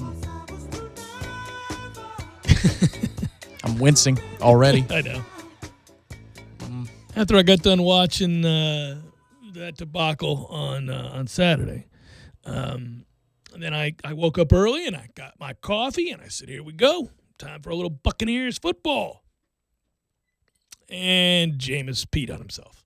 Don't worry. We can just transfer money from your account into a portfolio with your son, and it's gone. Yeah. I was fearful of that. I told Mom, you picked it in reverse there, Mom. We're not going to go win that game. The entire right side of the line can't block. And I did not know that Jameis was going to have a meltdown, but. Yeah, it would appear that all of the hits he's taken have finally gotten to him. Oh, man, it's in his head. Yep. He's doing that thing where the ghosts are everywhere. I mean, twice, very clean pocket, and he just rolls to his left. Where are you go? Oh, that's a sack. Where are you going? There was a clean pocket there. Gonna need you to throw that. Anyhow, we'll see if that gets fixed. If it doesn't, then he'll be elsewhere next year. But the Bucs are 2-4. Yeah, we were discussing this, me and TPE, briefly on Twitter yesterday, and my opinion on the matter is he was going to get the contract extension. It was minus 250 before yesterday's game that he's going to get the money, and now it's plus 105. Yeah. He's playing for his career. It's back on even footing. His career in Tampa, anyhow. Yeah. Sure. Well, yeah, it was not a real good performance, that's for sure. My goodness gracious. I don't know what they can do to get him to not see ghosts, but right, because, I mean, even two of the first three picks, he gets hit on two of them. The Kuechly one, I thought that he just had a complete brain fart, but then you see he gets hit in the hip as he's delivering the ball. And also Kuechly baits him into it and then comes correct. But at least he's the best linebacker in football. At least he got hit on those couple of interceptions, but it's not even about that as much as it is the fumbles, as much as it is the drifting in the pocket. No, the ghosts. The drifting into the pocket is the real concern there. I mean, it's one thing, because when he stands tall in the pocket, he makes good throws. Nice catch, Mike. Not going to change the game. That's on the money. He quit on two routes. I'm glad that finally got caught on TV and people started talking about it. Can't believe I'm thanking Michael Irvin for having to do it, but yes, it finally got talked about. Well, the one thing you can say, though, Michael Irvin never quit on a route. So that guy was a warrior on the field. Not saying he would. So that's why he is able to say something about that, is that dude worked hard. He also never turned down grabbing and squeezing somebody's arm next to him on a TV set.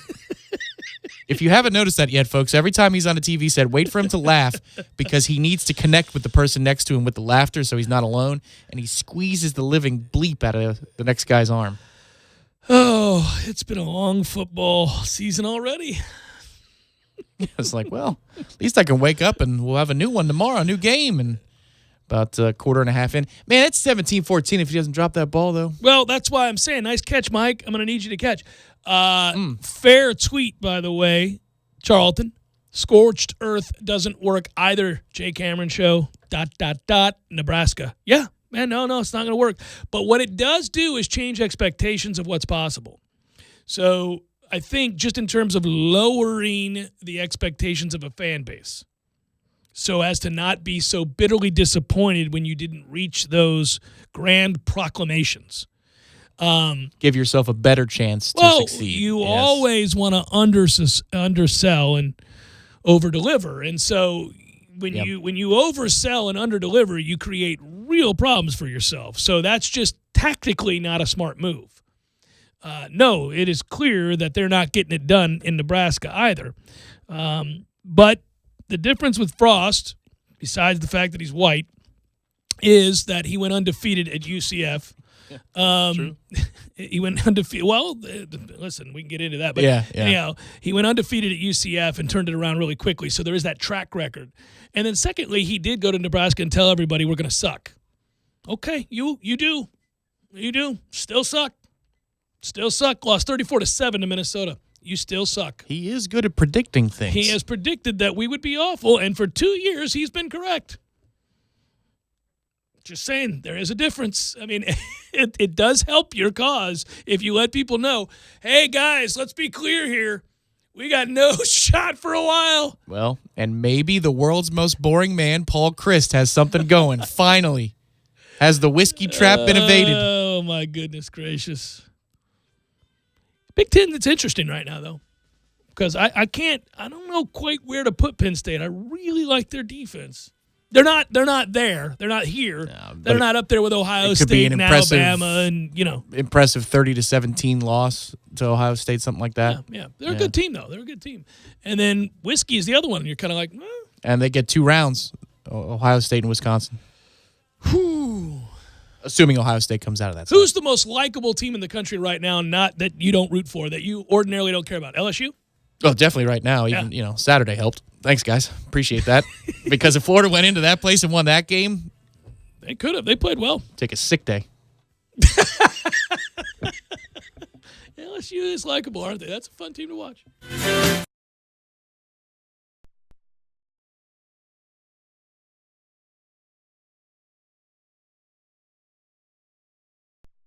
Sorry, boys, I did not have time to pack. We got this. It's right here, guys. We got this. I thought I could handle it. We got this. Moving doesn't have to be a hassle. Call us first at 2 Men and a Truck. No matter the move, home or business, we'll make it a smooth one. I forgot something. We got this.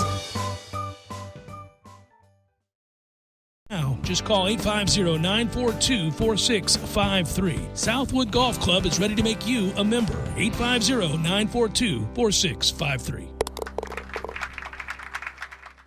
Xfinity delivers the fastest internet, the most Wi-Fi coverage throughout your home, and the most Wi-Fi hotspots nationwide. Only from Xfinity. Call, click, or visit an Xfinity store today to experience all Xfinity has to offer. Times can be tough, but getting a late model car is easy at Champion Auto Sales. Champion Auto Sales can quickly approve you, no matter how bad your credit. Bankruptcy, repossessions, bad credit, no credit. Champion Auto Sales can have you riding today. Give them a call at 850-999-8395 or visit them on the web at championautofl.com. Their brand is quality and credit approval is guaranteed. Champion Auto Sales, 2754 West Tennessee Street across from TCC. Stop by today. One of my favorite things about being a member at Orange Theory Fitness is the sense of community. Initially, after taking the tour and seeing the state-of-the-art equipment, I was intrigued. I became convinced even once I researched the science-backed, technology-tracked, coach-inspired workouts, all of that. But what I didn't count on was the support, the sense of camaraderie shown by the members and the coaches. You realize pretty quickly you're not alone. And when you're pushing yourself through barriers and attempting to be your personal best, you can use all the help you can get. And it's there. It's amongst the members and coaches at Orange Theory Fitness.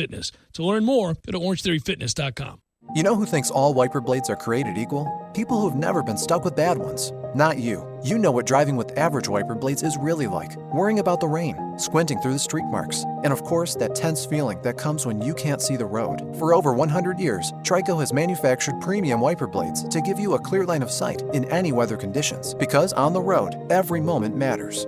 If you're ready to leave average wiper blades behind, head to your local O'Reilly Auto Parts store for a set of premium Trico wiper blades. Trico, seeing you through. Hardee's new Monster Roast Beef Sandwich is stacked with slow-cooked roast beef, slices of crispy applewood smoked bacon, all covered in layers of melted cheese. This tasty triple threat is kind of like an epic no-hands backflip on a wild Mustang while spearing a great white shark. How you got a wild horse out in the middle of the ocean isn't important. What's important is that the new Monster Roast Beef Combo with fries and a Dr. Pepper is only available at Hardee's. Available for limited time after regular breakfast hours at participating Hardee's. Dr. Pepper is a registered trademark of Dr. Pepper 7-Up, Inc. Fire the cannons. Fire them cannons! 97.9 ESPN Radio is Tallahassee's flagship station for Tampa Bay Buccaneers football. Play action fake sold by Winston, throws toward the end zone. It is a caught ball. Touchdown Tampa Bay. Godwin's got a touchdown catch against Carolina. Tampa Bay Buccaneers football on 97.9 ESPN Radio is brought to you in part by Bagel Market Bistro. Escúchame, it is Dan Levitar Show on ESPN Radio. I saw something on the internet the other day, and I didn't know whether it was real or not because I rarely do these days, that an airline, I don't understand how this could have been possible, but that an airline was thinking about taking out the seats and making people stand during flights, which seems really, really unsafe. What do you do for protection? Seatbelts? I have lost, probably a year of my life sitting through those announcements that tell me that I need to stay seated with the oxygen mask and the seatbelt at the ready. I keep thinking we're going to laugh about it in 40 years, but we haven't really improved in 40 years. The seats are just small and uncomfortable, and then they take away simple things like pillows and peanuts from you because they're trying to save money in every corner. So you've heard. Right, back there. When I overhear it. There isn't a back there when you fly private, Dan. The Dan Levitar Show, weekdays at 10 a.m. on 97.9 ESPN Radio. ESPN Radio Sports Center. I'm Doug Brown. Week 6 in the NFL wraps up tonight in Green Bay with the 4-1 Packers hosting the 2-1-1 Lions in the wide-open NFC North. The Lions have won 3 of their last 4 trips to Lambeau Field. The game is at 8:15 Eastern on ESPN. The Jets and Redskins each got their first wins of the season Sunday. The Jets beat the Cowboys, who've now lost 3 straight after a 3-0 start. ESPN's Dan Orlovsky says Dallas has multiple issues in this game, but a big one was the play of quarterback Dak Prescott. If we are going to pay you all that money, you figure out a way to beat a winless football team, and he didn't do that, and that's my biggest case with Dak. You can't ask for $40 million and lose that game. Dan Orlovsky on Get Up. The Cowboys will host the Eagles this week on Sunday night. Game 3 of the NLCS tonight in D.C. The Nationals lead the series 2-0, and they'll have Steven Strasburg on the mound for this one against Jack Flaherty for the Cardinals. Our coverage starts at 6:30 Eastern on ESPN Radio. At Napa, get a 5-quart jug of Mobil 1 full synthetic motor oil for just $26.99 and a $10 mail-in rebate. General States pricing. Sale prices do not include applicable state and local taxes or recycling fees. Offer ends 10/31/19.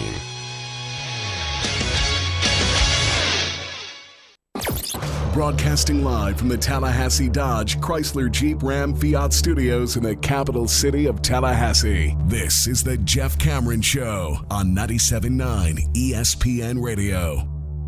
Man Cave Monday, brought to you by Tallahassee Dodge, Chrysler, Jeep, Ram, Fiat. Right on the corner and always right on the price. Check out the latest 2019 inventory at TallahasseeDCJ.com today.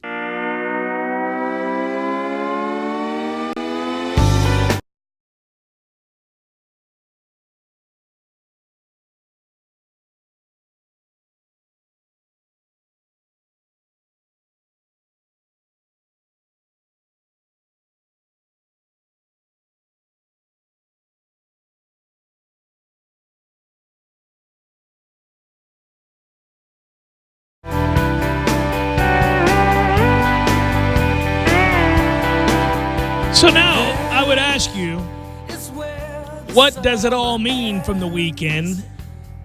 And I would tell you that not a whole hell of a lot as it pertains to that Georgia situation, because I still think, obviously, they got to knock off Florida. We knew that already. If you want to win the East, that's going to, what it seems to me, that's what it's going to come down to. It's not the other teams. Still a foregone conclusion, though?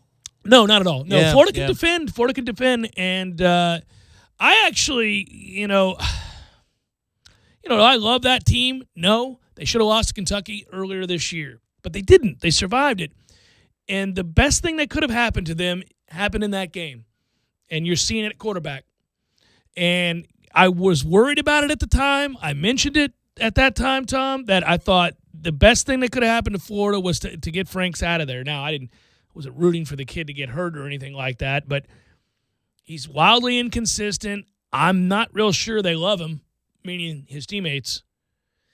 steady trying to challenge fans and all kinds of stupid stuff like that. Still, it's fascinating to me because if the play is that stark in games, you telling me that the Trask kid's a gamer or that Mullen just steps up to another level when those cards are against him? What? I don't know. Trask is better, though. He certainly is better. He made play after play after play in that game against LSU. He's the only reason the game was close. The kid is good.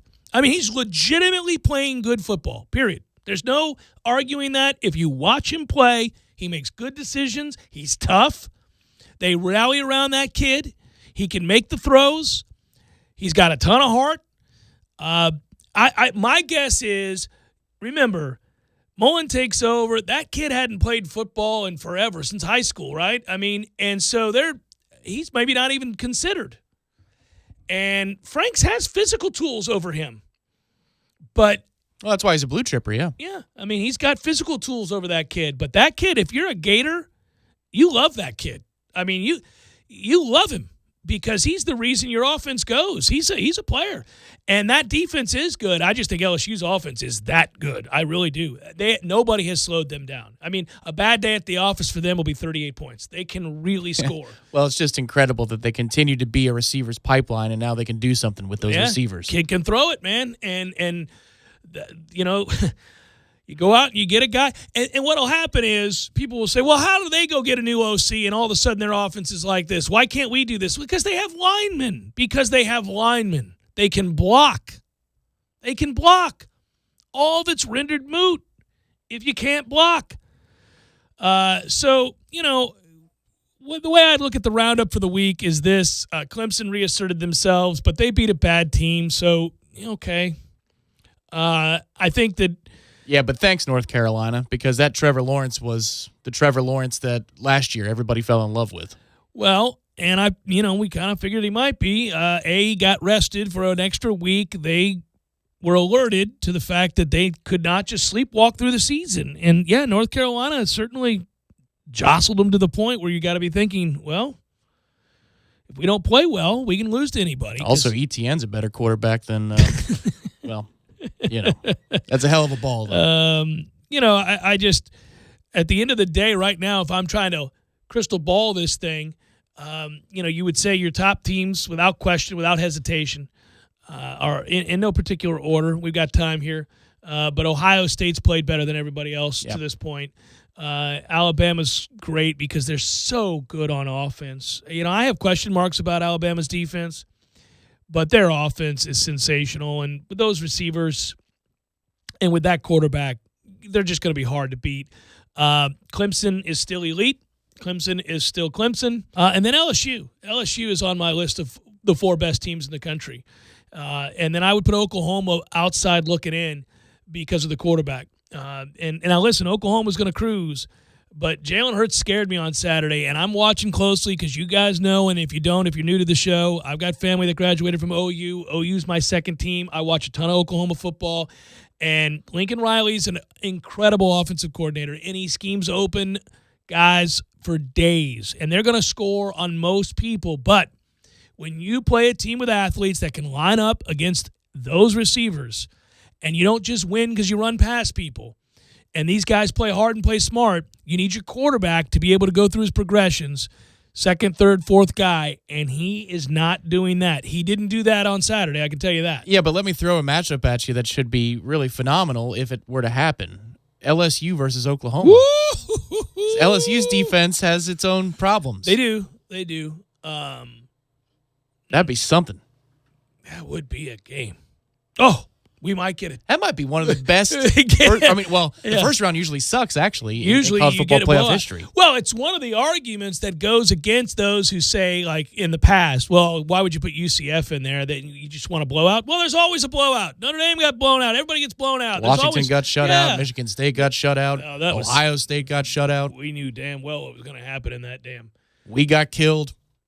Oh, that's true. That did happen. That did happen. Turned it over 47 times. That was even the first Ohio State-Alabama game was rather academic. Pretty lopsided, yeah. After Alabama screwed around in the red zone for the first quarter and a half, yeah. So, here we sit, and I think the question marks at this point are, frankly, how good is Penn State and how good is Wisconsin? 2 Big Ten questions. Yeah, well, you got Ohio State, Wisconsin, just one more week. Right, and that will tell us an awful lot. That'll be a great game. Yeah, that'll be goodnight Wisconsin, and we'll move on. But they're a nice team. They're pretty nice. We'll Maybe see. ball control, little 36 minutes because they're running the ball, and Ohio State doesn't have an answer for it. I'll be interested to see. I don't know. I really, really, really, really like watching that Ohio State team play right now. You know what? I think Herb Street might have referenced it.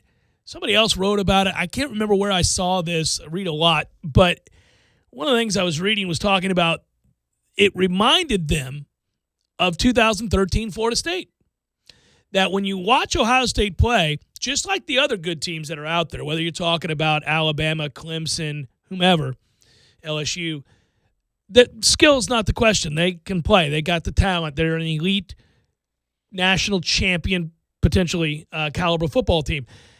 It's that they play with anger. They play with a little get you some. They play with a whole lot of we want to dominate you and beat you down and embarrass you and pour it on early. And then from there, we'll start substituting our guys in. That's the first time Clemson's done that, by the way, all year. They did that to us on Saturday, unfortunately. But Ohio State does it every week. Yeah. Every week you watch them go out and just smother people. Yeah, the one thing I'd say, again, when you're coming up to the level where you're splitting hairs, it's like if you want to talk about the race for the Heisman, then Jalen Hurts is going to be there all season long. But if you're talking about succeeding in the playoff and winning a title, listen, the quarterback over at Ohio State, Justin Fields, who maybe Georgia fans are looking at again and they're saying, "Oh, the man, Jesus, dude, yeah, really? We could use it." Yeah, he will be streaky in certain moments, and he'll overthrow some guys, and you'll say, "Man, there was a free shot at 6 points there." I don't know that Wisconsin is good enough to rise up and beat them if Fields has a couple of low moments, 2 or 3 drives in a row. But when you're in the playoff, he's going to have to hit those throws with consistency. He hasn't been challenged all that much yet to do so, and even when he doesn't, they're good enough to make up for it. Yeah, well, he's got the rest of this year to get there, and certainly maybe against that Wisconsin team, you'll see it.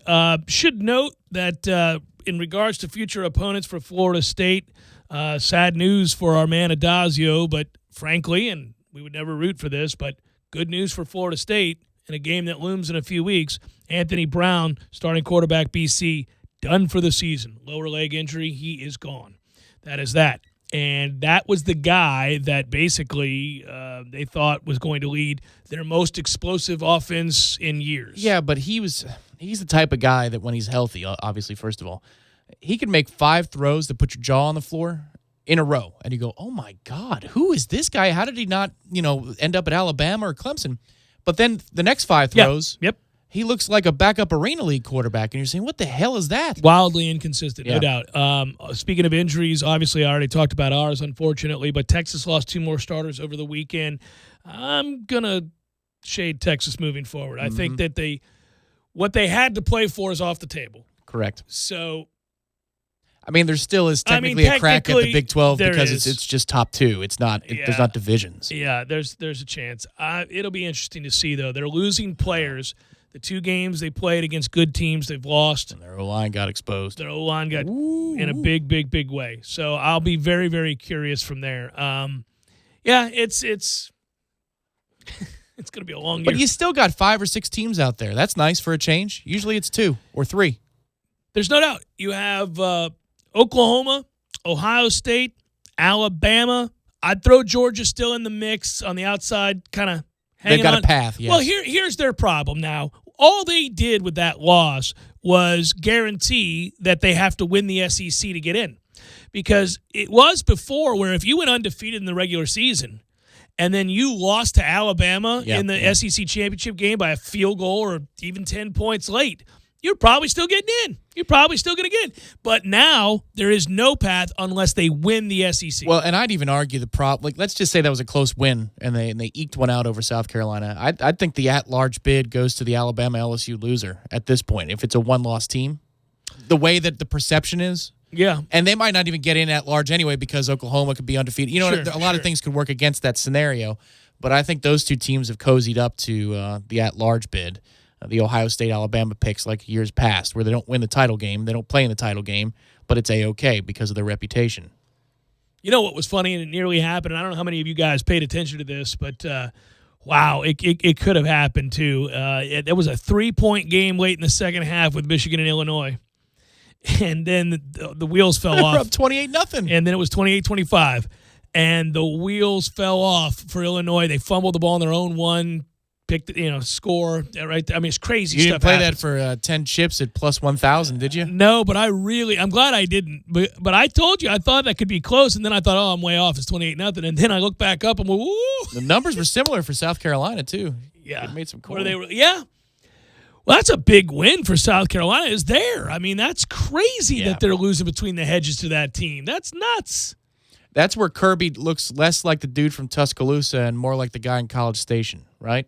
Yeah, I mean they're starting. It's happening for folks in Georgia. They came that close, and now they're like, the window is closing. We're gonna screw around, go down to Jacksonville, and lose to that Florida team, 17-16. I can see it. I can feel it. Those bastards are gonna win the East, and we're shut out again with what? With what? Nothing but our grand expectations. They're gonna lose by 22 in the title game in Atlanta, but it won't matter. Yeah, no, because they'll have a pitch. Well, and man, that is nuts. That's to a think really about. important game now. That's a really big game now, and that's a coin flip game right now. I don't. So you got more than 6. You've got more than 6. I'm not including Florida in the discussion, but I mean, with Penn State and Wisconsin in there too, they're going to get eliminated here. But well, of course they are. But it's just, I mean, typically right now, week 6, week 7 of the season, you're like, oh god, it's Clemson and Alabama. I fell in love with Penn State's defense three weeks ago, I think it was, and I've been watching them closely. I love their defense. I can keep watching them play defense. They're really good on defense. I don't know that they're good enough on offense, but they play defense. Means the Pitt's pretty good. Pitt's tough is what Pitt is. Pitt's tough. I said tip. That's right. Even if not, it's like, it's not intentional, man. Yeah, people know that. Final hour, fourth company. Stay with.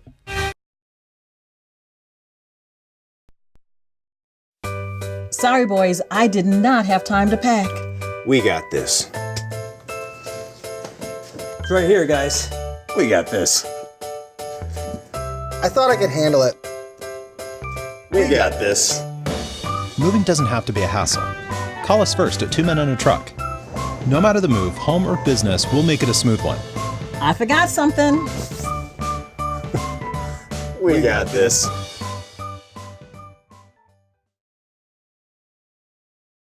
Fan of an action-packed environment, the Corner Pocket is the place to be. Happy hour specials every day, including all day on Sundays, with sports in HD everywhere you look. For location hours and menu, head to cptallybar.com. Whether you're feeling the upstairs at the Corner Pocket or lounging down at the 7th Hill Tap Room, your game day is always covered. 2475 Appalachia Parkway, right next to Earth Fair. Thursdays are Friday Eve, and that's a reason to celebrate. No matter what you're looking for, they've got you covered every Thursday down in College Town. Centrale offers 50% off select pizzas all day, every Thursday. Or you can stop by Township for Taco Thursday. $2 house tacos, $2. Madison Social offers the Social Agreement. You and a buddy can split one order of wings, 2 Madso burgers, 2 bourbons, 2 proof Madison Socials, all for just $40. See what they did there? And don't worry about parking. Plenty of spaces available in the parking deck or surrounding lots. Check out all the Thursday College Town deals right now on ThursdaysInCollegetown.com.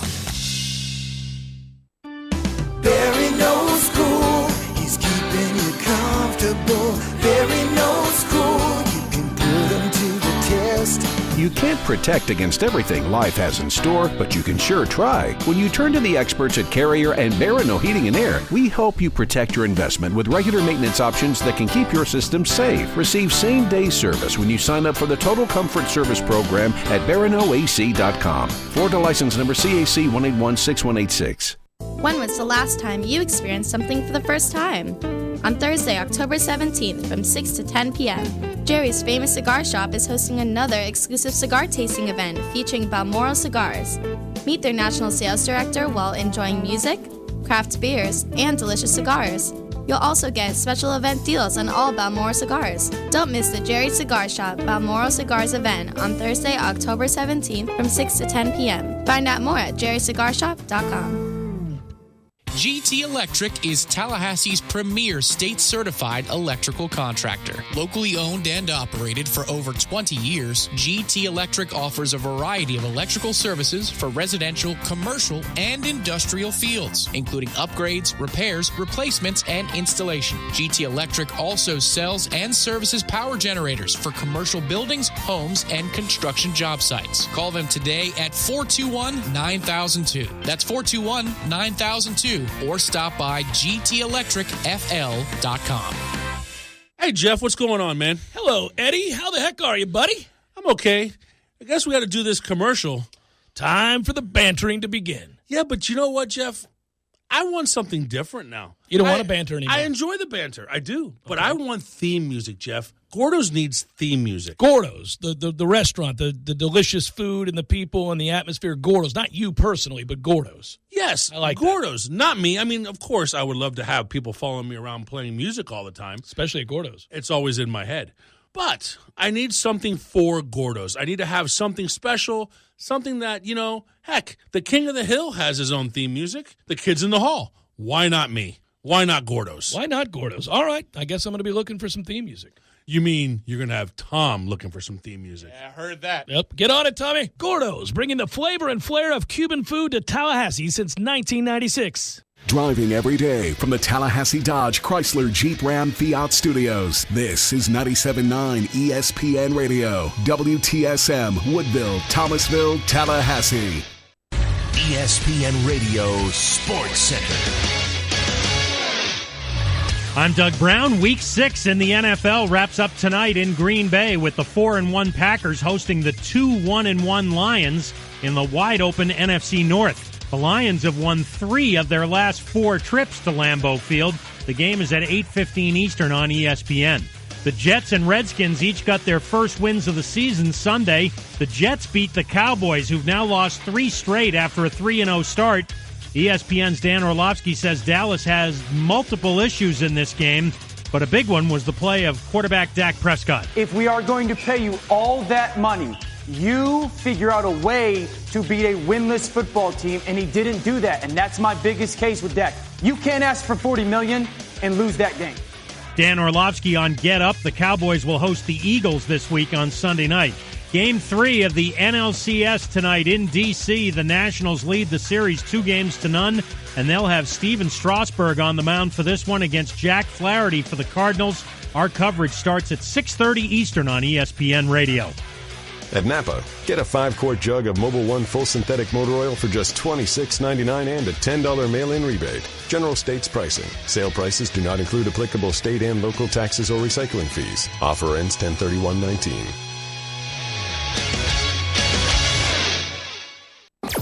Broadcasting live from the Tallahassee Dodge Chrysler Jeep Ram Fiat Studios in the capital city of Tallahassee. This is the Jeff Cameron Show on 97.9 ESPN Radio. Man Cave Monday, brought to you by Tallahassee Dodge Chrysler Jeep Ram Fiat. Right on the corner and always right on the price. Check out the latest 2019 inventory at TallahasseeDCJ.com today.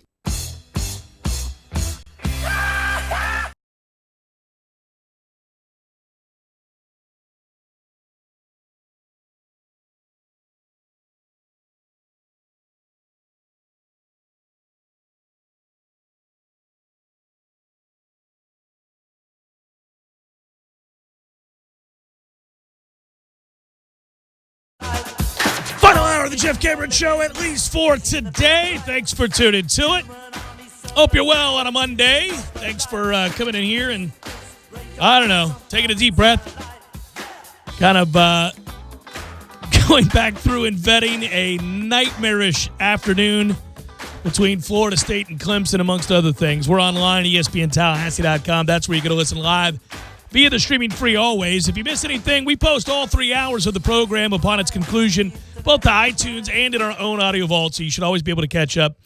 Appreciate all your 5-star reviews and all that, because I'm told we're supposed to say that, and it's apparently supposed to allow more people to find the show, which I would like more people to find the show, so that's fine. That's cool. Hey, the more the merrier. By the way, email us if you like, jcs at 979 espnradio.com. On Twitter, it's at Jay Cameron Show. WTSM app, good for your mobile devices. As always, we're on YouTube and Periscope. Hello, YouTubers and Periscope. Willie Taggart talking to the press earlier today. Nothing really revelatory there, save for the sad news that we already knew, which was that Keyshawn Helton is gone for the year now. Cyrus Fagan is day-to-day. I something to note here. I really, really, really like Keyshawn Helton. And it's not just that he's a real good football player, because he is, but by all accounts, what you hear over there is that there's a guy who's going to be part of the solution. So we wish him well. And what I mean by that is today's a day, much like Saturday and maybe even into Sunday for some of you, where you come to the stark realization that we're not even close. Now, of course, if you had been listening to this show and really just looked at the Vegas line if you wanted to, you would have noted that we weren't close, that this wasn't going to be a good game. And I said that over and over again leading up to it. I'm not pounding my chest. This isn't one of those moments where, ha-ha, I'm right. No, we can't block. And the game's over before it starts when you can't block. Clemson is vastly superior to us across the board. More on that in a second. Back to Keyshawn Helton, who I really, really like and is emblematic of the kinds of kids that we need to bring in here to build a better locker room. He's also immensely talented, so he meets the criteria. Gifted athletically, really hardworking, the right kind of attitude to change the direction of the program. So to see him go down Saturday, we always hate to see injuries. We've had a lot of them lately, but that one hurts because he's one of those guys. And he's a little bit like Marvin Wilson in that way. He's one of those guys. And Marvin was showing it again on Saturday. There they are getting pounded. They really can't do anything. He's out there encouraging players and putting his arm around guys and continuing to fight. And you need more guys like that. They do exist. This team didn't quit. I got a lot of people on Twitter reaching out to me during the game. I chalk it up to frustration, but or maybe inebriation. I don't know, but I don't know if they know what they're looking at. And I'm not trying to be insulting, but there was nobody quitting out there. The team didn't quit. They're not any good. And I've said this before, and they're especially not any good when compared to an elite team. And Clemson is an elite team. They're the defending national champions. They develop players better. They have a better coaching staff. They have arguably the best quarterback in the country. They can block it up. They seem to replace defensive superstars one after the other with guys that are equally as talented, certainly, and well coached. Brent Venables is also arguably the best defensive coordinator in the game. So you see a team that is complete, a team that can do just about anything. And sadly, a team whose backup offensive linemen are better than any of our 5 starting offensive linemen, perhaps Lucas being the exception. I'm at a point now where I don't go into that game expecting that to be remotely competitive. And it's not. Now, that in and of itself is hard to hear, and it's hard to accept. And the initial knee-jerk reaction to something like that is that's unacceptable. Sure, it's unacceptable, but it's also something that doesn't get flipped overnight because the area of grave concern is the same as it was a year ago, the same as it is this year, the same as it was 2 years ago, and that is that the offensive line is really a low-level, not even I wouldn't even say Power 5. I don't know. That would be an average to bad offensive line in the MAC. They're just not competitive. They're just not any good.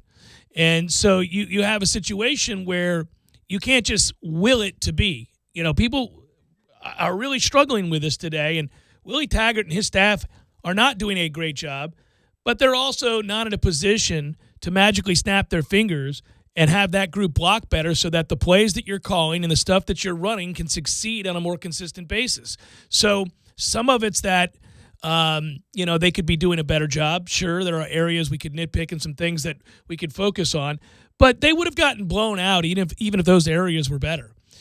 Because when you can't block it up, and really, frankly, our defense isn't very good either. For as good as that group up front we like to think is, they're not dominating. They don't dominate anybody, not anybody who's any good. So you're bad at linebacker. Your corners don't ever play the ball, even when they're in position to make a play. You can't block on the offensive line. Your quarterbacks are average to poor. I don't know what you expect if that's the team that you walk into Clemson, South Carolina with, because I know when I watch Clemson take on teams who fit that description, not named Florida State, I expect Clemson to blow them out. I expect that to be a walkthrough, and really I don't watch those games much other than to size them up. So what I will say is, thank goodness that's over with, because now you're on to the part of the season where, frankly, you can amass a lot of wins. I said last week, the week before, and the week before, I wasn't nearly as impressed with Wake Forest as everybody else was. They fooled around and lost this past weekend to Louisville. You can go win that game. In fact, you should go win that game. Wake giving up 62 points. Shame on them. You got to go in there and win that game. We'll see. I don't know that we'll stop Wake's offense, but we should be able to light up the scoreboard the way that they light up the scoreboard. So it should be a close game into the fourth quarter. Syracuse, not a good team at all. You can win that game at home. Miami's not a good football team. Average to bad at quarterback. They're better than you are up front defensively, so the problem is that I don't know that we'll be able to block them, but that'll come down to the wire, be a fourth quarter game. You can win that one at home. Boston College's defense is awful this year. Another imminently winnable football game on the road. Alabama State, you got to win. So really the last sure thing on this schedule is that you're going to lose to Florida. And we're going to lose to Florida. That game probably won't be very competitive. So you're done with that, this thing where you walk in on a Saturday and you go, oh, we have no shot. You've got 1, 2, 3, 4, 5 games now in a row, and then a bye to mentally prepare yourself before you get blown out against Florida. You got these games now. These games are critically important because where you want to go cannot be reached unless you win those games. Unless you go and prove you're different from a year ago, that you won't have a hangover from this beatdown that you just took on Saturday. Now, you go win those games, and all of a sudden, the record is kind of where you'd hoped it would be or something close to it. It's akin to the preseason predictions that would perhaps instill some belief by recruits to say yes to Florida State. Here's what you know now. You know that if that's an elite player you're talking to, I'm talking about a 5-star player, and he has options, which they always seem to do as long as their grades are relatively decent, he ain't coming here. Okay, so make sure you find the offensive lineman that would, because those other ones, they're going to Alabama and Georgia, although Georgia's got their own problems, or Florida, or, of course, LSU, or Ohio State, or the other elite programs, Clemson. They're not coming here unless you pay them, and they're never going to admit to wanting to do that. I'd think about it if I were over there. If this were my dream job that I was going to lose, I'd think about it. But, hey, that's just me. I'm unsavory that way. But here we are. That's the reality of our situation. And it's frustrating. I feel you. It doesn't do you any good to make blanket generalizations about what's possible because it's not possible if you can't block. And they can't block. So there's that. We looked putrid on Saturday because they couldn't block. Your quarterbacks had no time. When they did, they didn't play well. Bad day at the office for those two guys. I think they were a little overwhelmed. James picked a hell of a day to look that awful, and you know what? We already knew Alex Hornibrook was limited, and he sure was limited there. Missed a touchdown pass, instead threw an interception. Great, there we go. Cam's a great player. He's behind that offensive line, so you're limited what you could do. I cracked up today. Coach Taggart was saying that he was frustrated when he was asked a question by Corey Clark regarding, getting the ball to Tamorian Terry more, and he added that in addition to getting the ball to Tamorian Terry more, he also would have liked to have gotten the ball to Cam more. What? How? What's the point? He's got to run behind that offensive line. Unless you're talking about throwing him the football, which, okay, you could do. Unless you're talking about throwing him the football, good luck with that, man. Every one of those linemen got blown to bits on every play that you tried to run. That's why you're sitting there with 40 yards of offense late in the second quarter. You got nothing. They're not in the same league as Clemson. And that is where we sit, as depressing as it may be. Stop getting mad when people tell you that. Stop sending all this, oh, you guys are negative. It has nothing to do with negativity. It has to do with being pragmatic and a realist. Look out there. Not competitive. Clemson did anything they wanted. You name it. Anything they wanted. Outside, inside, running, throwing. They're laughing. They benched their starters late second quarter, early third. They knew it. They took pity upon Florida State. Now, Florida State most certainly did not quit. Florida State did not quit. What you saw was a mismatch. Completely outclassed. So you can call that quitting, but it's not quitting. That's just them not being good enough. They're not good enough. Oh, nothing to add. I think that's it, man. That's it. That's it. I mean, I've got people left and right. Well, we got to no. Stop. They're not good enough. They can't block. It was over before it started. They're light years from being in Clemson's league. Luckily, it's college football and things do change quickly. So hold on to that. We know that all too well now, don't we? When all that long ago, we were Clemson. That much is true.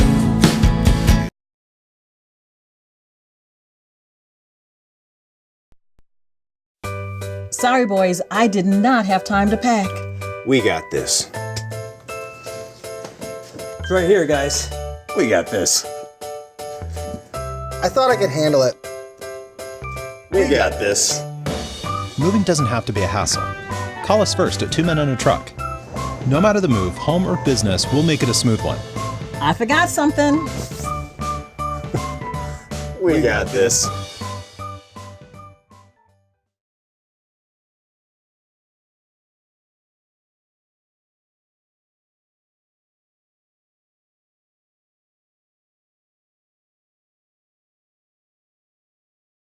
Exclusive watch party headquarters for 97.9 ESPN Radio, Tallahassee's sports monster.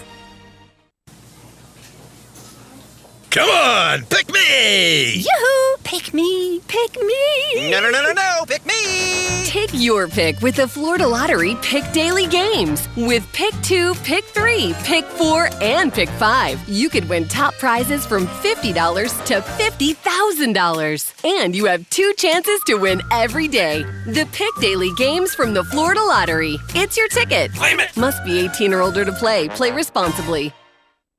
As sports fans, we all know this is the best time of the year. And the best places to catch all the action are at the Corner Pocket Bar and Grill and 7th Hill Tap Room. If you're a fan of an action-packed environment, the Corner Pocket is the place to be. Happy hour specials every day, including all day on Sundays, with sports in HD everywhere you look. For location hours and menu, head to cptallybar.com. Whether you're feeling the upstairs at the Corner Pocket or lounging down at the 7th Hill Tap Room, your game day is always covered. 2475 Appalachia Parkway, right next to Earth Fair. Hi, I'm Jeff, founder of Which Superior Sandwiches, and I'm here to tell you about our signature witch, the Wicked.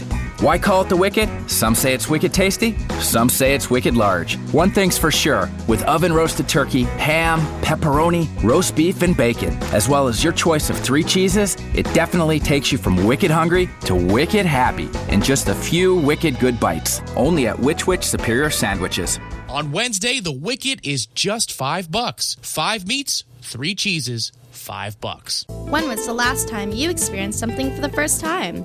On Thursday, October 17th from 6 to 10 p.m., Jerry's Famous Cigar Shop is hosting another exclusive cigar tasting event featuring Balmoral cigars. Meet their national sales director while enjoying music, craft beers, and delicious cigars.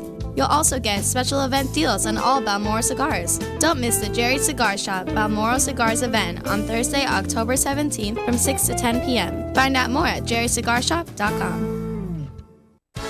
Experience Tallahassee's largest Oktoberfest celebration at the Pavilion in the center of Tallahassee on Friday, October 18th. Spend the night out with friends in a beer garden featuring festive beers and wines with unlimited refills, and enjoy traditional food and desserts while testing your skills in the interactive game station. All proceeds support local seniors with elder care services. Purchase tickets at the Pavilion box office or online at eldercarebigbend.org. You're locked in with the Jeff Cameron Show on 97.9 ESPN Radio.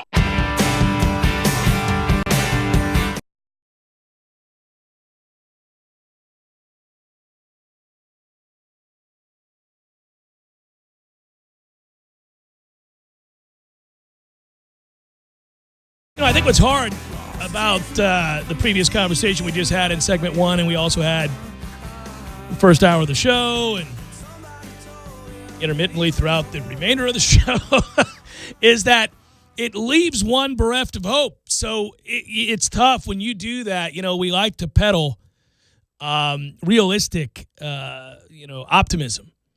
And when that's out there, you can at least latch on to the idea that something's going to be pulling you forward and that there's a chance that you'll see glimpses of the evidence that you need to believe. And when you have to talk about something as if the chasm between where you want to be and where you currently reside is too much to overcome, it's tough because then you're left with the realization, why do I even watch? Why do I even invest and care? And I think it's the last thing that I said in the last segment, and I'm not trying to sound self-important, but I'm going back and telling you why I'm saying the things that I am. It's that things do change quickly in college football.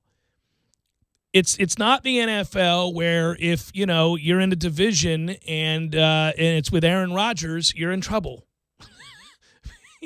I mean, those folks. Aaron has to go away. Yeah, he has to move on. He has to move on. And until he does, you're not going to be an odds-on favorite in the division. You may be able to sneak up every now and again and give yourself a fighting chance, or he can get hurt or something because it's the league. But when he's right and they're playing well, his quarterback is always good. Their quarterback's always going to be better than your quarterback. And that's the end of it, man. This isn't that because kids do move on. But it does feel like we are in the AFC East right now, and we're not the Patriots. And we are not the Patriots, right? We are a bit of the Dolphins, or a bit of the Buffalo Bills. But yeah, it feels. Well, it doesn't even feel like we're the Jets because they look good yesterday. It's a toughie, and I don't mean to make light of it. It's easier for me to deal with this kind of absolutism where I know that until the line of scrimmage improves immensely, all the other window dressing, all the other eye candy, all of the elite players at the skill positions that Florida State can bring in will be rendered obsolete. Those players are nice to watch here every once in a while, right? Tamorrion Terry, it's a bad throw. He makes the catch, stops on a dime, and he's gone. That kid knows he's gone. He's got no chance. That's a Clemson backup, I might add, but he's got no chance. Yeah, that's cool to see. It made no difference in the game. He wasn't going to make a difference in that game. Hey, man, but we broke out into the fight song at Hangar 38. We did, which was really cool. And thanks to all the people that did come by Hangar 38 and said hello and enjoy that beat down with us. Hangar 38 is fun because it has the needed distractions necessary to survive those kinds of lopsided affairs. I'd suggest maybe going to Hangar 38 at the end of the year when Florida plays, when we play Florida. Well, it'll be good and rowdy, though, on a Saturday. ACC Network, they have the ACC Network. That is true. Saturday night at the old Hangar, not bad, especially if you're one of the older folks. And by that, I mean you're in the demo. Maybe you don't have little ones running around because it gets to around the second half, 9:30, 10 o'clock. The distractions are abound. Yeah. Every time you're in a commercial break, you can run over and play a quick game or something. You could play something. I did. I went around, and my boy Clark was running about. My oldest didn't come this time around, but we had a blast, and we want to thank the folks at Hangar 38 and hospitable, fun environment to watch the games. If you got kids and need them to be distracted, there you go. Let them loose. Get them the $20 all-you-can-play card. Fired up, Once kids. you did that a couple of times, you said, all right, to the playground outside, yeah, young man. I told him to go to the playground. That was the end of that. But, again, I think that it's just easier when you come to the conclusion that even if, and I'm not talking to the two factions here where you've got a group of people that don't believe Willie will be the man to get this turned around. And then you have the group that says, no, you got to be fair and give him time. Every other coach certainly gets longer than the time that Willie has right now. If you've already wanted him gone, that seems hardly fair. I can see both sides of that, by the way. I'm not sure Willie will be the guy here long-term to get this turned around. He may be a place setter right now until you get a new president and new athletic director. They got to win more for him to be able to retain this job in a couple of years. But I also agree with the group that says there's no way you can fire a coach midway through his second season. Good luck getting anybody else to come in here and take this job, especially with an outgoing president. And I think with that outgoing president means an outgoing athletic director. So you've got budget constraints, a president on his way out, a new president that will come in and want to hire his own guy. Nobody's, lining up at the door to take that job until they know who they're going to be working for. So you have some circumstances here that let you feel as if you're in limbo, and that's not necessarily incorrect to feel that way, but it is our reality. I would also think an athletic director would like to see income. that they want income that they can use in terms of making budgetary decisions. Yes. Sure. Thank God basketball season's about to start. They're winning all the time. It's that reality, that wake-up call, that smack across the face, that come to Jesus on Saturday, that stark reality is tough. I have a phrase on the show I've used for years in which I say losses happen, and wins for that matter, happen for a reason, and they elicit an emotion. And even though that I've brought that phrase to the table for years now, it still affects me while watching a loss like that. And I know I'm the guy that's always telling people, listen, when you lose this game or you win this game, it's going to bring about an emotion, and it may cloud the truth of the situation. You're going to say some things. You're going to feel some things. Yeah, right. It may not be fully accurate. May not be accurate. Heat of the moment, man. Right. But when I'm watching that and I'm realizing, and I didn't think we'd be very competitive, my feeling all week long, as you know, every time we'd start the show, I'd go, nope, don't feel any better. It's just I never felt good about any matchup on the field. Yeah, the path for me was that the defense would have to play above and beyond what we had seen so far, and then after the first drive is over, you realize, well, we're not covering any better. That's the end of it. We're pretty much done. Well, I think if you're disappointed by anything, you're just disappointed by the fact that Clemson can run the ball right at you and do anything they want for over 300 yards. I mean, it's just humiliating. It's just you're not even good there. You don't stop the run either. Janarius Robinson would have helped. He played well when he came in. But they don't have players. They don't have enough players. They don't have a depth of talent there. And they're not, even their good players up front aren't as dominant as you'd hope they'd be. So, for me, it's just the few conclusions I came to, said it before. We're not any better at defensive back in our technique, right? Turning and finding the ball, any of that stuff. We never do. I love the way Akeem Dent triggers and continues to play hard. That's somebody who looks like he is perhaps improving. It's probably because the speed of the game is slowing down for him. If you look at the fourth down stop before the half, that's a great effort play by a young man who clearly cares. But I'm about done with the defensive coordinator for the sole reason. You don't even have to get into all the other obvious deficiencies about the way we look and the way we have looked for a year and a half and the numbers, the raw numbers as they are. His segment group is defensive back, and we're terrible. We're terrible. So I'm over it, though. I'm not even mad. I'm just like, okay, well, he's gone. So now I need to care about offensive line recruiting or the transfer market for offensive linemen because everything else really doesn't matter as much at this point. Yeah, that's where it's going to be, Tom. It's going to be through the grad transfer and JUCO avenues. You're not going to get a lead lineman to say yes to us right now, I don't think. You had the kid down in Tampa who you were a finalist for, and, of course, he went to Clemson last year. And we were so excited to, be in that battle, and we thought we had him. Because you have him and Lucas, and you think, all right, two interior players for the next 3-4 years, And he, unfortunately, and I say it from the perspective of removing the garnet and gold from my person, he chose the right place to go to. I mean, think about it now. If that's your kid and you want him to win championships and all that, I mean. Or to develop, Yeah, I mean, that's just what you're going to do. So you can't get those kinds of kids right now. You got to get kids that you can bring in that have real upside, real possibility in a couple of years to be real good for you. But in the interim, you got to give yourself a fighting chance to win games. And that's really the challenge here, is that it's not going to be acceptable, even though it's the reality. What's not going to be acceptable is that you're just an average to below average team, can't compete with anybody who's any good at all, and then just trying to wait it out for another 2 to 3 years.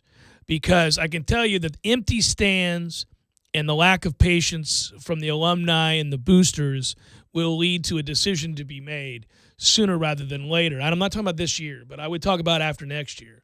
And so I'm coming at it from the standpoint of Willie Taggart. If I'm trying to keep this thing moving in a direction where I'll still have my job and I can see this thing through and I'll still be here at the helm when things turn around for Florida State, I know that my number one challenge right now is I can't continue to go out and look like that. So you might say, well, what's he going to do? I agree. It's tough. It's a tough deal. But you paid handsomely. Better figure it out, because this can't happen. Now, I know he can't wave a magic wand and make guys better that aren't any good on the offensive line, but you got some guys behind them that are developing, that are getting bigger and stronger and supposedly going to be better. Dante Lucas is going to be a real good player. He's had a good freshman year, but he is just a freshman. Looked out of sorts at times in this game. Really kind of got outclassed in this game. You don't really have anybody else that you like that starts currently on this offensive line. They're all pretty bad. So you're going to have to find a few pieces. And I don't know what you do there other than half-jokingly noting that there are ways to persuade. Yeah. You got to go find a couple of guys to tide you over to get you to that place. Yeah, it's two feelings. It's the one feeling is about the current season, and this game, it was a pipe dream anyway. It was always about Wake. How do we respond off of the Clemson defeat at Wake? So are we invested? Those same questions, they linger, and they will linger. They can't be answered until Saturday. We good? In short, everybody good? Yeah, I think they are, though. I'm going to say that. If I will posit positively right now that I think they're good. They didn't quit, and I don't give them credit for not quitting. That's good to see, but they did quit a year ago. So it's nice to know that they're not doing that anymore. So good. They didn't quit. They fought like hell. And I was downright emotional watching Keyshawn Helton go off the field and tell those guys, don't quit on me. Don't quit on me, he kept mouthing. And that's beautiful, man. That's good. And Marvin did the same thing. And a lot of those guys were out there fighting like Marvin hell. had him run gassers at practice yesterday because he said some guys were pouting on the sidelines. So, yes, there is a standard. But, still, if you get hit in the mouth on Saturday and it's 10-0 quick after 2 possessions, are we going to be all right there? And the second thing is, obviously, beyond this season, when we're clearly in Double-A or Single-A, whatever you want to use as the example. Sure. It was like we were the St. Lucie Mets getting called up to face the Braves on a random Sunday. You're like, well. For one day, one shot at it, like, all right, back to St. Lucie, back in your hole. And now we get to play the Jupiter Cardinals this they're weekend. not any better than the Wake we are. Forest We're Demon all right. Deacons, Yeah, right. let's go get them. Okay. Let's go take still, that field with a little zeal. Jupiter does have a couple of players that match up poorly for us, as in good receivers. Really big, strong receivers, yeah. So, are we going to cover a little bit better? I'm not hopeful in that regard. There were moments in this game where they covered better. They just don't ever make a play on the ball. Even when they do cover, Tom, the problem is they don't ever make a play on the ball. Well, that's what that was a key thing in the offseason. and the preseason, I remember the talking point saying, their world's better. The coordinator says, we're way better there. Well, okay.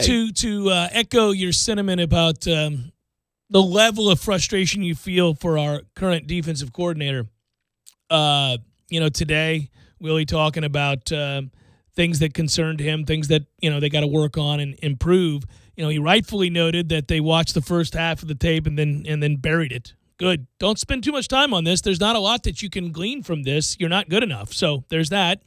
Throw that away. So is there like a lost cemetery for us? There's like the sod ceremony and then like the tape ceremony. Get this tape over here. From Louisville a few years ago. That would be leading the way. That'd have a huge headstone. But they talked about evaluating the quarterbacks and all that. But something he said that I jotted down that I thought, really? Why is this still happening? He said that he thought in the first half of the football game, when the game was still in the balance, before middle of the second quarter, that there were communication issues on the defense, communication issues regarding alignment on the defense and confusion. I thought, is that so? Is that what's happening? Well, pair that up with the timeouts out of kickoffs or TV timeouts, quarter breaks, and delay of games, all that stuff. Still got some communication issues, alignment issues. Those two, alignment plus not being ready to snap the ball when it's our chance to snap the ball, and we have a new possession. And you got a theme there. Woo! Frustration. But Wake is beatable. We're on to Wake, That's right. Tom. That's right. We are on to Wake. Bring that offense. Let's go get it on with the Wake. It'll be a shootout. Maybe over the first half number there, make a little money. Then we get home to Syracuse. We could be riding a 2-game win streak and then welcome Miami into town. Here we go. Let's get it running.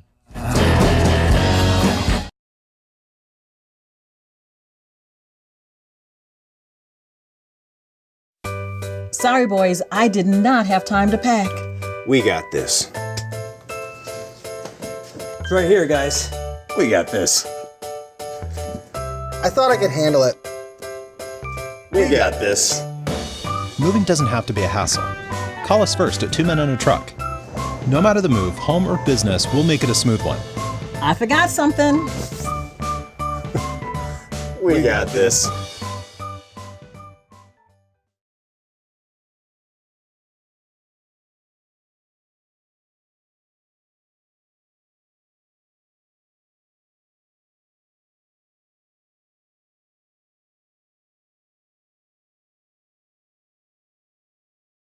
Always right on the price. Check us out on the web at TallahasseeDCJ.com. All prices include rebates and incentives plus tax, title, and dealer fees. State number 18J605. Must finance through Chrysler Capital and qualify for all rebates and incentives.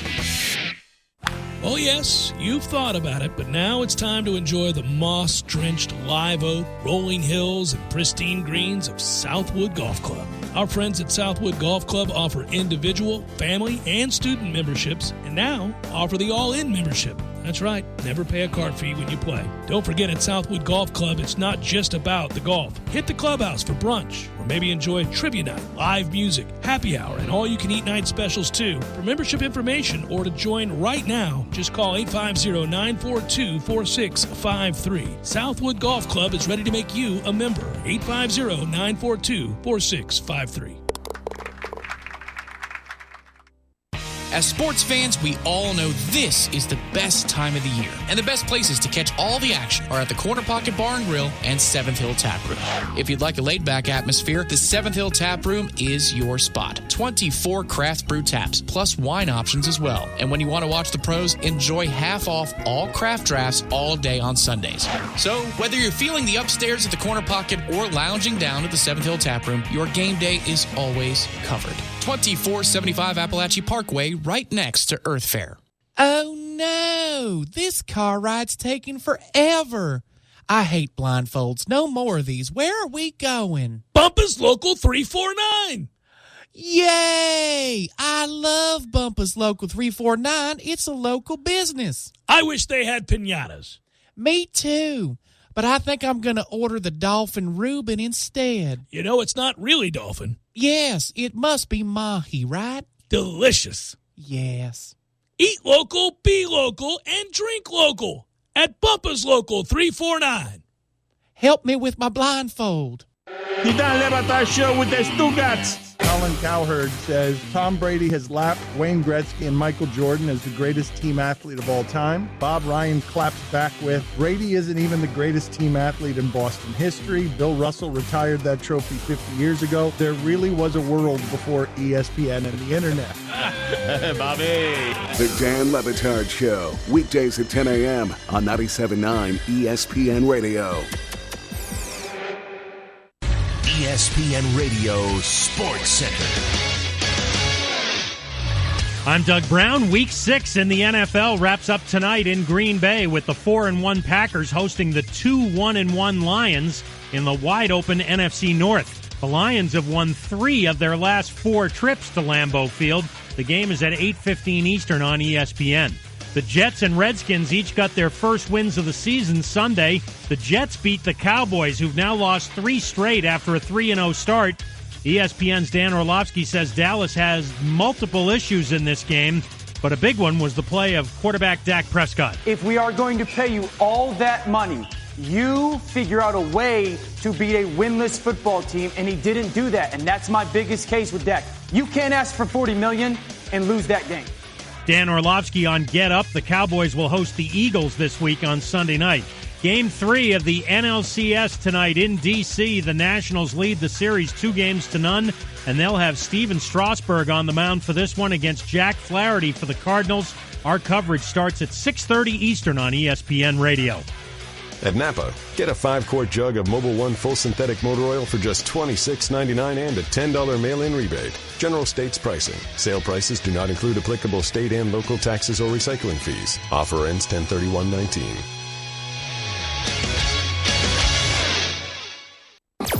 Broadcasting live from the Tallahassee Dodge, Chrysler, Jeep, Ram, Fiat studios in the capital city of Tallahassee. This is the Jeff Cameron Show on 97.9 ESPN Radio. Man Cave Monday, brought to you by Tallahassee Dodge, Chrysler, Jeep, Ram, Fiat. Right on the corner and always right on the price. Check out the latest 2019 inventory at TallahasseeDCJ.com today.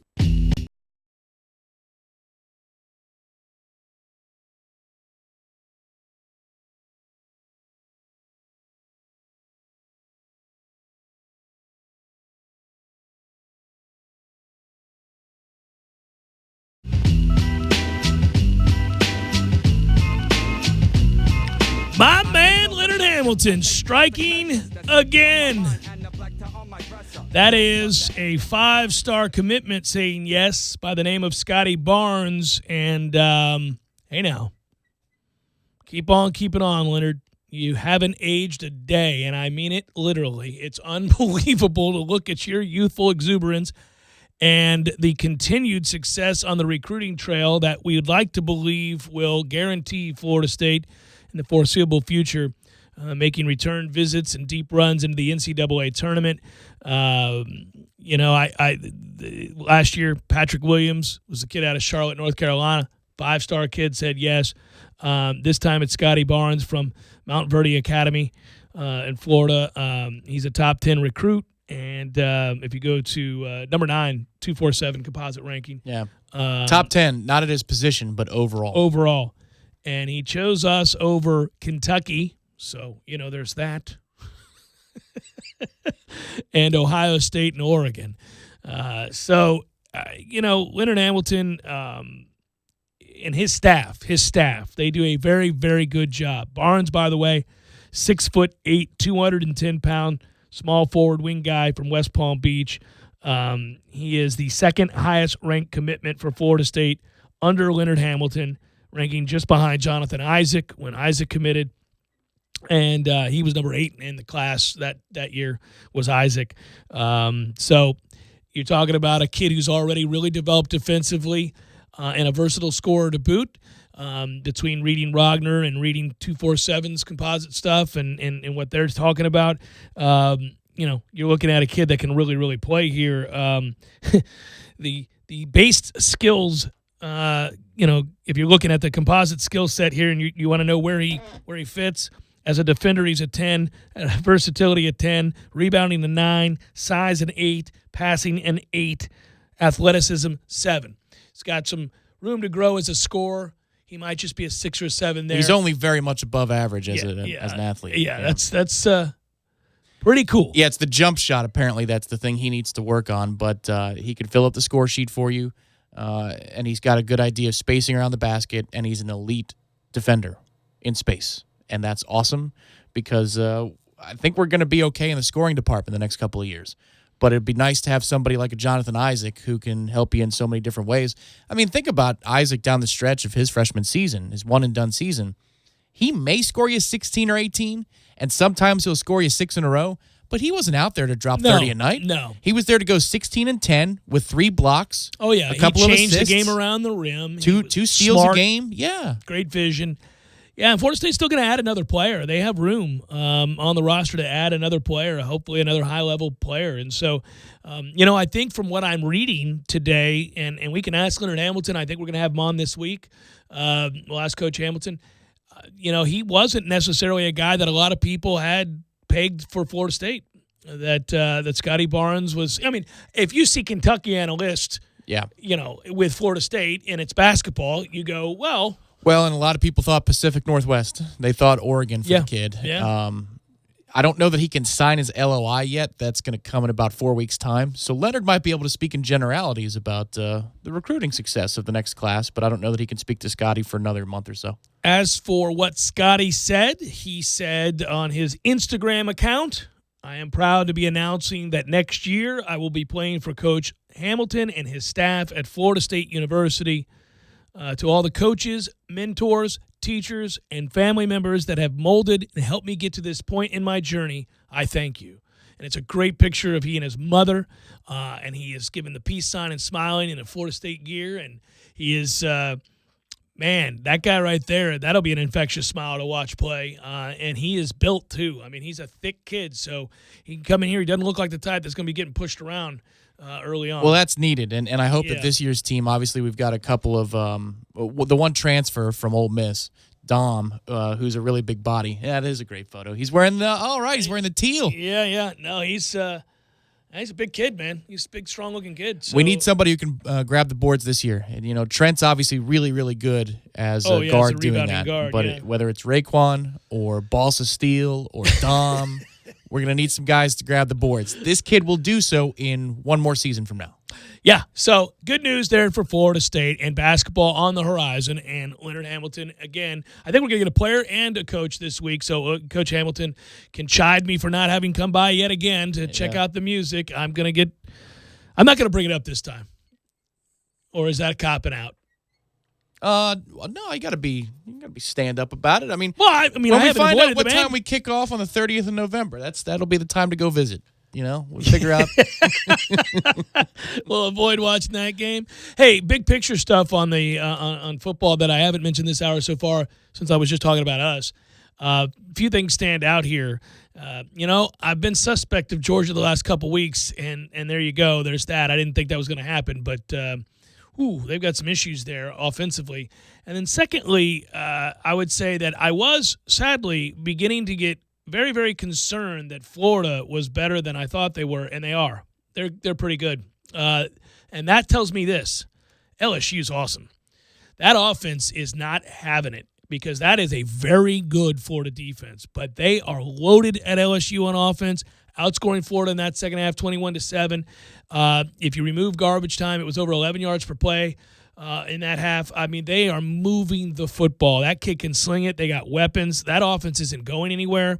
And it sets up a hell of a game for Alabama and LSU later on this year for the West. And I think I'm leaning towards LSU, although I think it would be a score fest because I don't think they can cover Alabama's receivers, and certainly two is special. Yeah, playing the transitive game, it could be tough, though, because Texas didn't look good at all against Oklahoma, and that's one of LSU's key wins this year entering Saturday night's game against the Gators. Yeah. In terms of projecting LSU versus Alabama and the strength of those two teams. Yeah, it'll be interesting to see.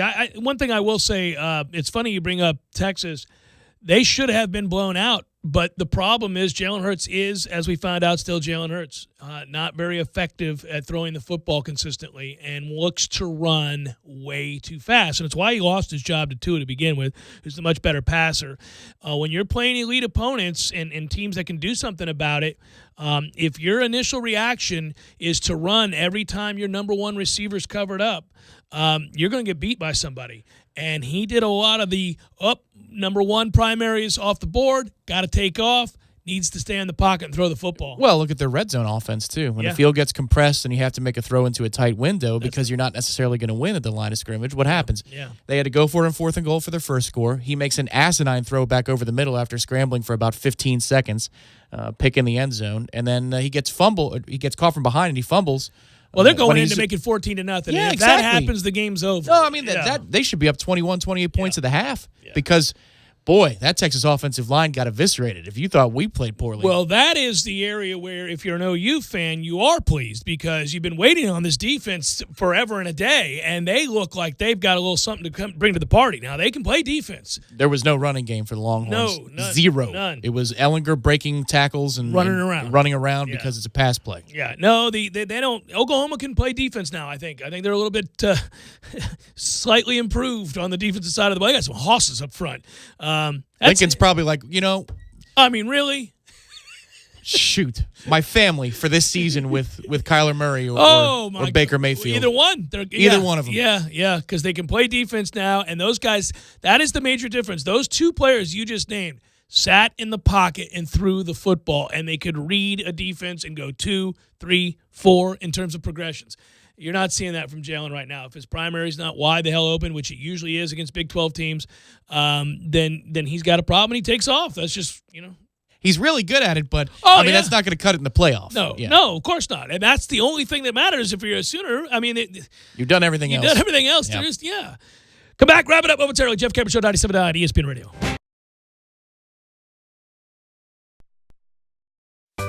Sorry, boys, I did not have time to pack. We got this.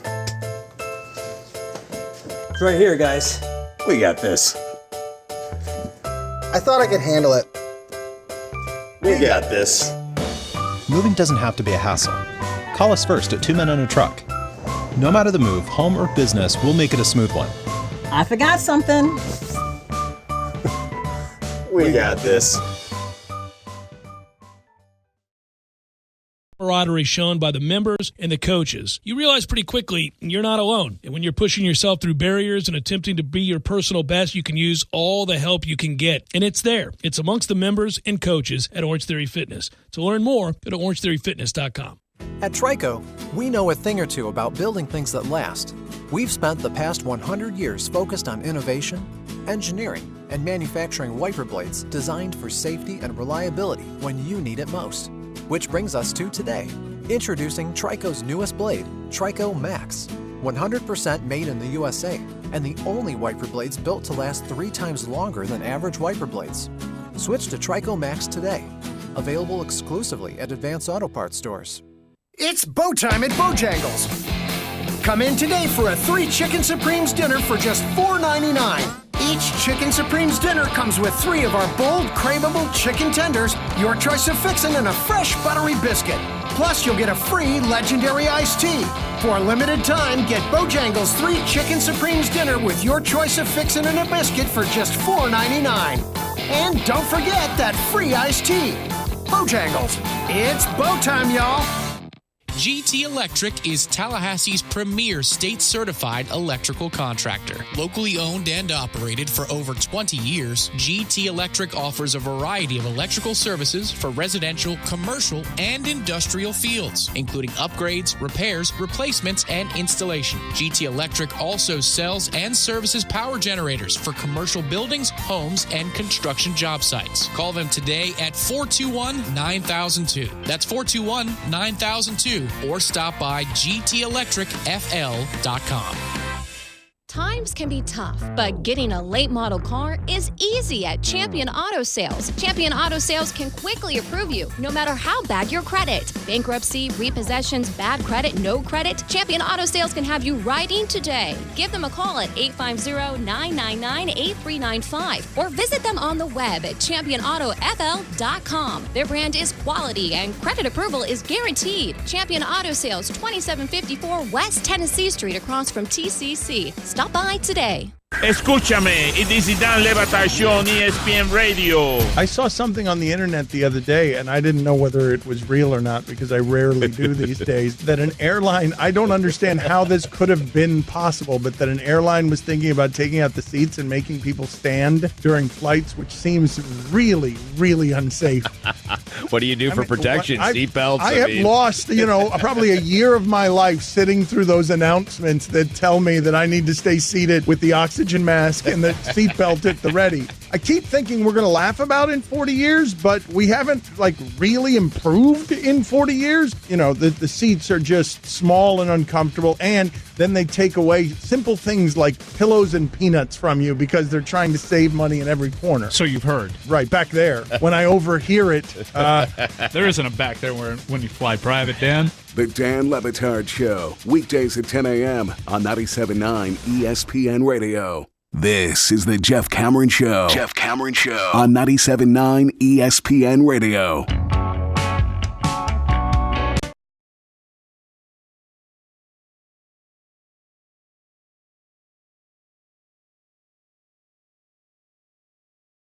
Suffice to say, Carlos Correa knew that ball was gone. That he did.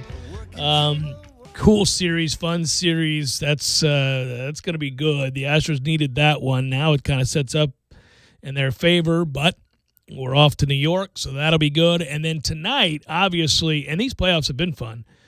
Flaherty and Strasburg. Good Lord. I think just you got to take the under through 5 and jump on it, pound it, and then if you lose, you lose. Who's going to score? I mean, you would think. Yeah, it's the right wager. Certainly the Cardinals haven't been able to score, period, and it wouldn't matter if it was Strasburg or, Anibal Sanchez, apparently. So, I mean, it's been something to behold. So did I sense that was a Big Daddy J? Oh, you want to throw a little Big Daddy out here? All right, cue it up, baby. Hey, Big Daddy, having some Red Russians tonight? We'll know in about 47 seconds. Into an open wing. It's picked up by Dowdy, an empty net. He scores. Hot damn, Big Daddy's done it again. Red Russians all around, Teddy. All right, Big Daddy. Couple of things here. First of all, thanks to our friends at Jerry's Cigars, as always, stepping up big time for this segment. 2810 Share Road, 2910 Cary Forest Parkway. Online, jerryscigarshop.com. Boom. Lightning don't play till tomorrow. That's right. They're in Montreal. Never playing a home game. Never again. Never, ever, ever again. But here's what I will tell you, Tom, and I'll let me double-check this here really quickly because this will be part of Big Daddy's Wager Fest here that I'll give you at the end of the show. Do I have this right? Blackhawks play tonight? Yes, they do. When in doubt, kids. At 8:30, Blackhawks are 0-2-1. Didn't defend anybody last year. Not defended anybody this year. Have nothing but overs in the pantry. So take that game to go over. Oilers Blackhawks over tonight for Big Daddy J. Now, if you want some action on the Cardinals and Nats tonight, which, that should be a pitching war, obviously. I'm going to take go to the live betting section and just do the under first 5. Okay, I've got a little hunch tonight. I did 4-1 on my NFL weekend, which is take that and I'd probably stop playing the NFL ever again. But 4-1 on the NFL. So the hunch tonight is. By the way, as an aside, did you pity me last night as you were sitting there watching the Steelers house the Chargers when I said on Friday, the Chargers never play well something at home. About this. Something about this. The Steelers are probably Well, it was a Steelers home game. But I didn't play it. I didn't play it. And I knew that was going to happen. I'm sitting there going, the Steelers are going to win this game. It seems obvious to me. It's plain as day to me. And then I didn't play it.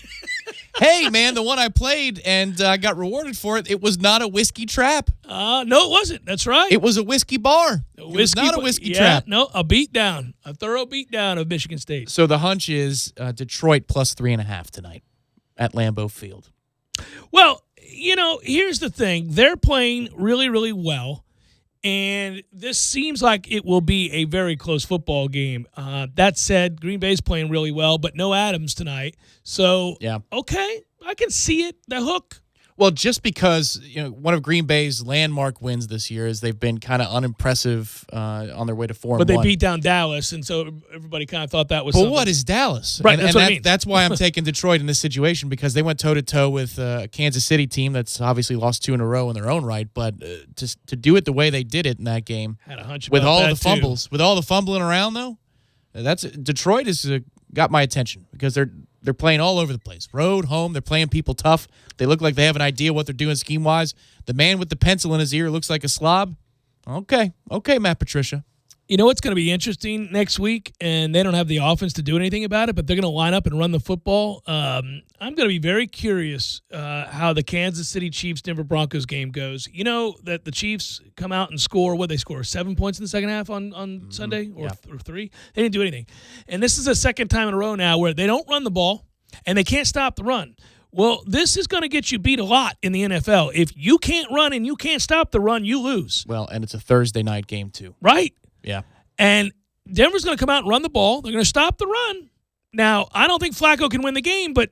Yeah, but they were one of those teams where you look at the record and you say, oh, they're awful again, but they're playing decent teams closely. Denver wasn't... They're not like the Dolphins in terms of you look at the record and say, oh, I know what they are. Yeah. Like Denver is a true NFL squad that could rise up in a given week and they won 2 straight now. Yeah, and so they're, they don't get quarterback play, but they can. Thankfully, they didn't have any against them yesterday either. No, not at all. The old shutout will hurt your feelings. Well, the old benching. Yeah. Yesterday was a rough day for the 2015 draft class. Yeah, between Winston and Mariota. Oh, oof. What a tough day at the office, huh? Well, you can only check down for so long. Yeah, before they tell you to sit down. Get Tannehill in there. I think that may be something they ride and die with moving forward anyhow. There were rumblings about that already. What do we got next? What do we got? Front row Knowles, first look. Keith's got to be in rare form, right? Feeling good. I can't wait to hear this. I'm going to jump in the car and listen. Good work out of you. Good work, Matthew. Be well, everybody. Have a great night. Hey, better days. They're out there, man. Hang in there. Deep breaths. Going to take a little while, though. Going to take a little bit. We can beat Wake. Take Snuggy Hill.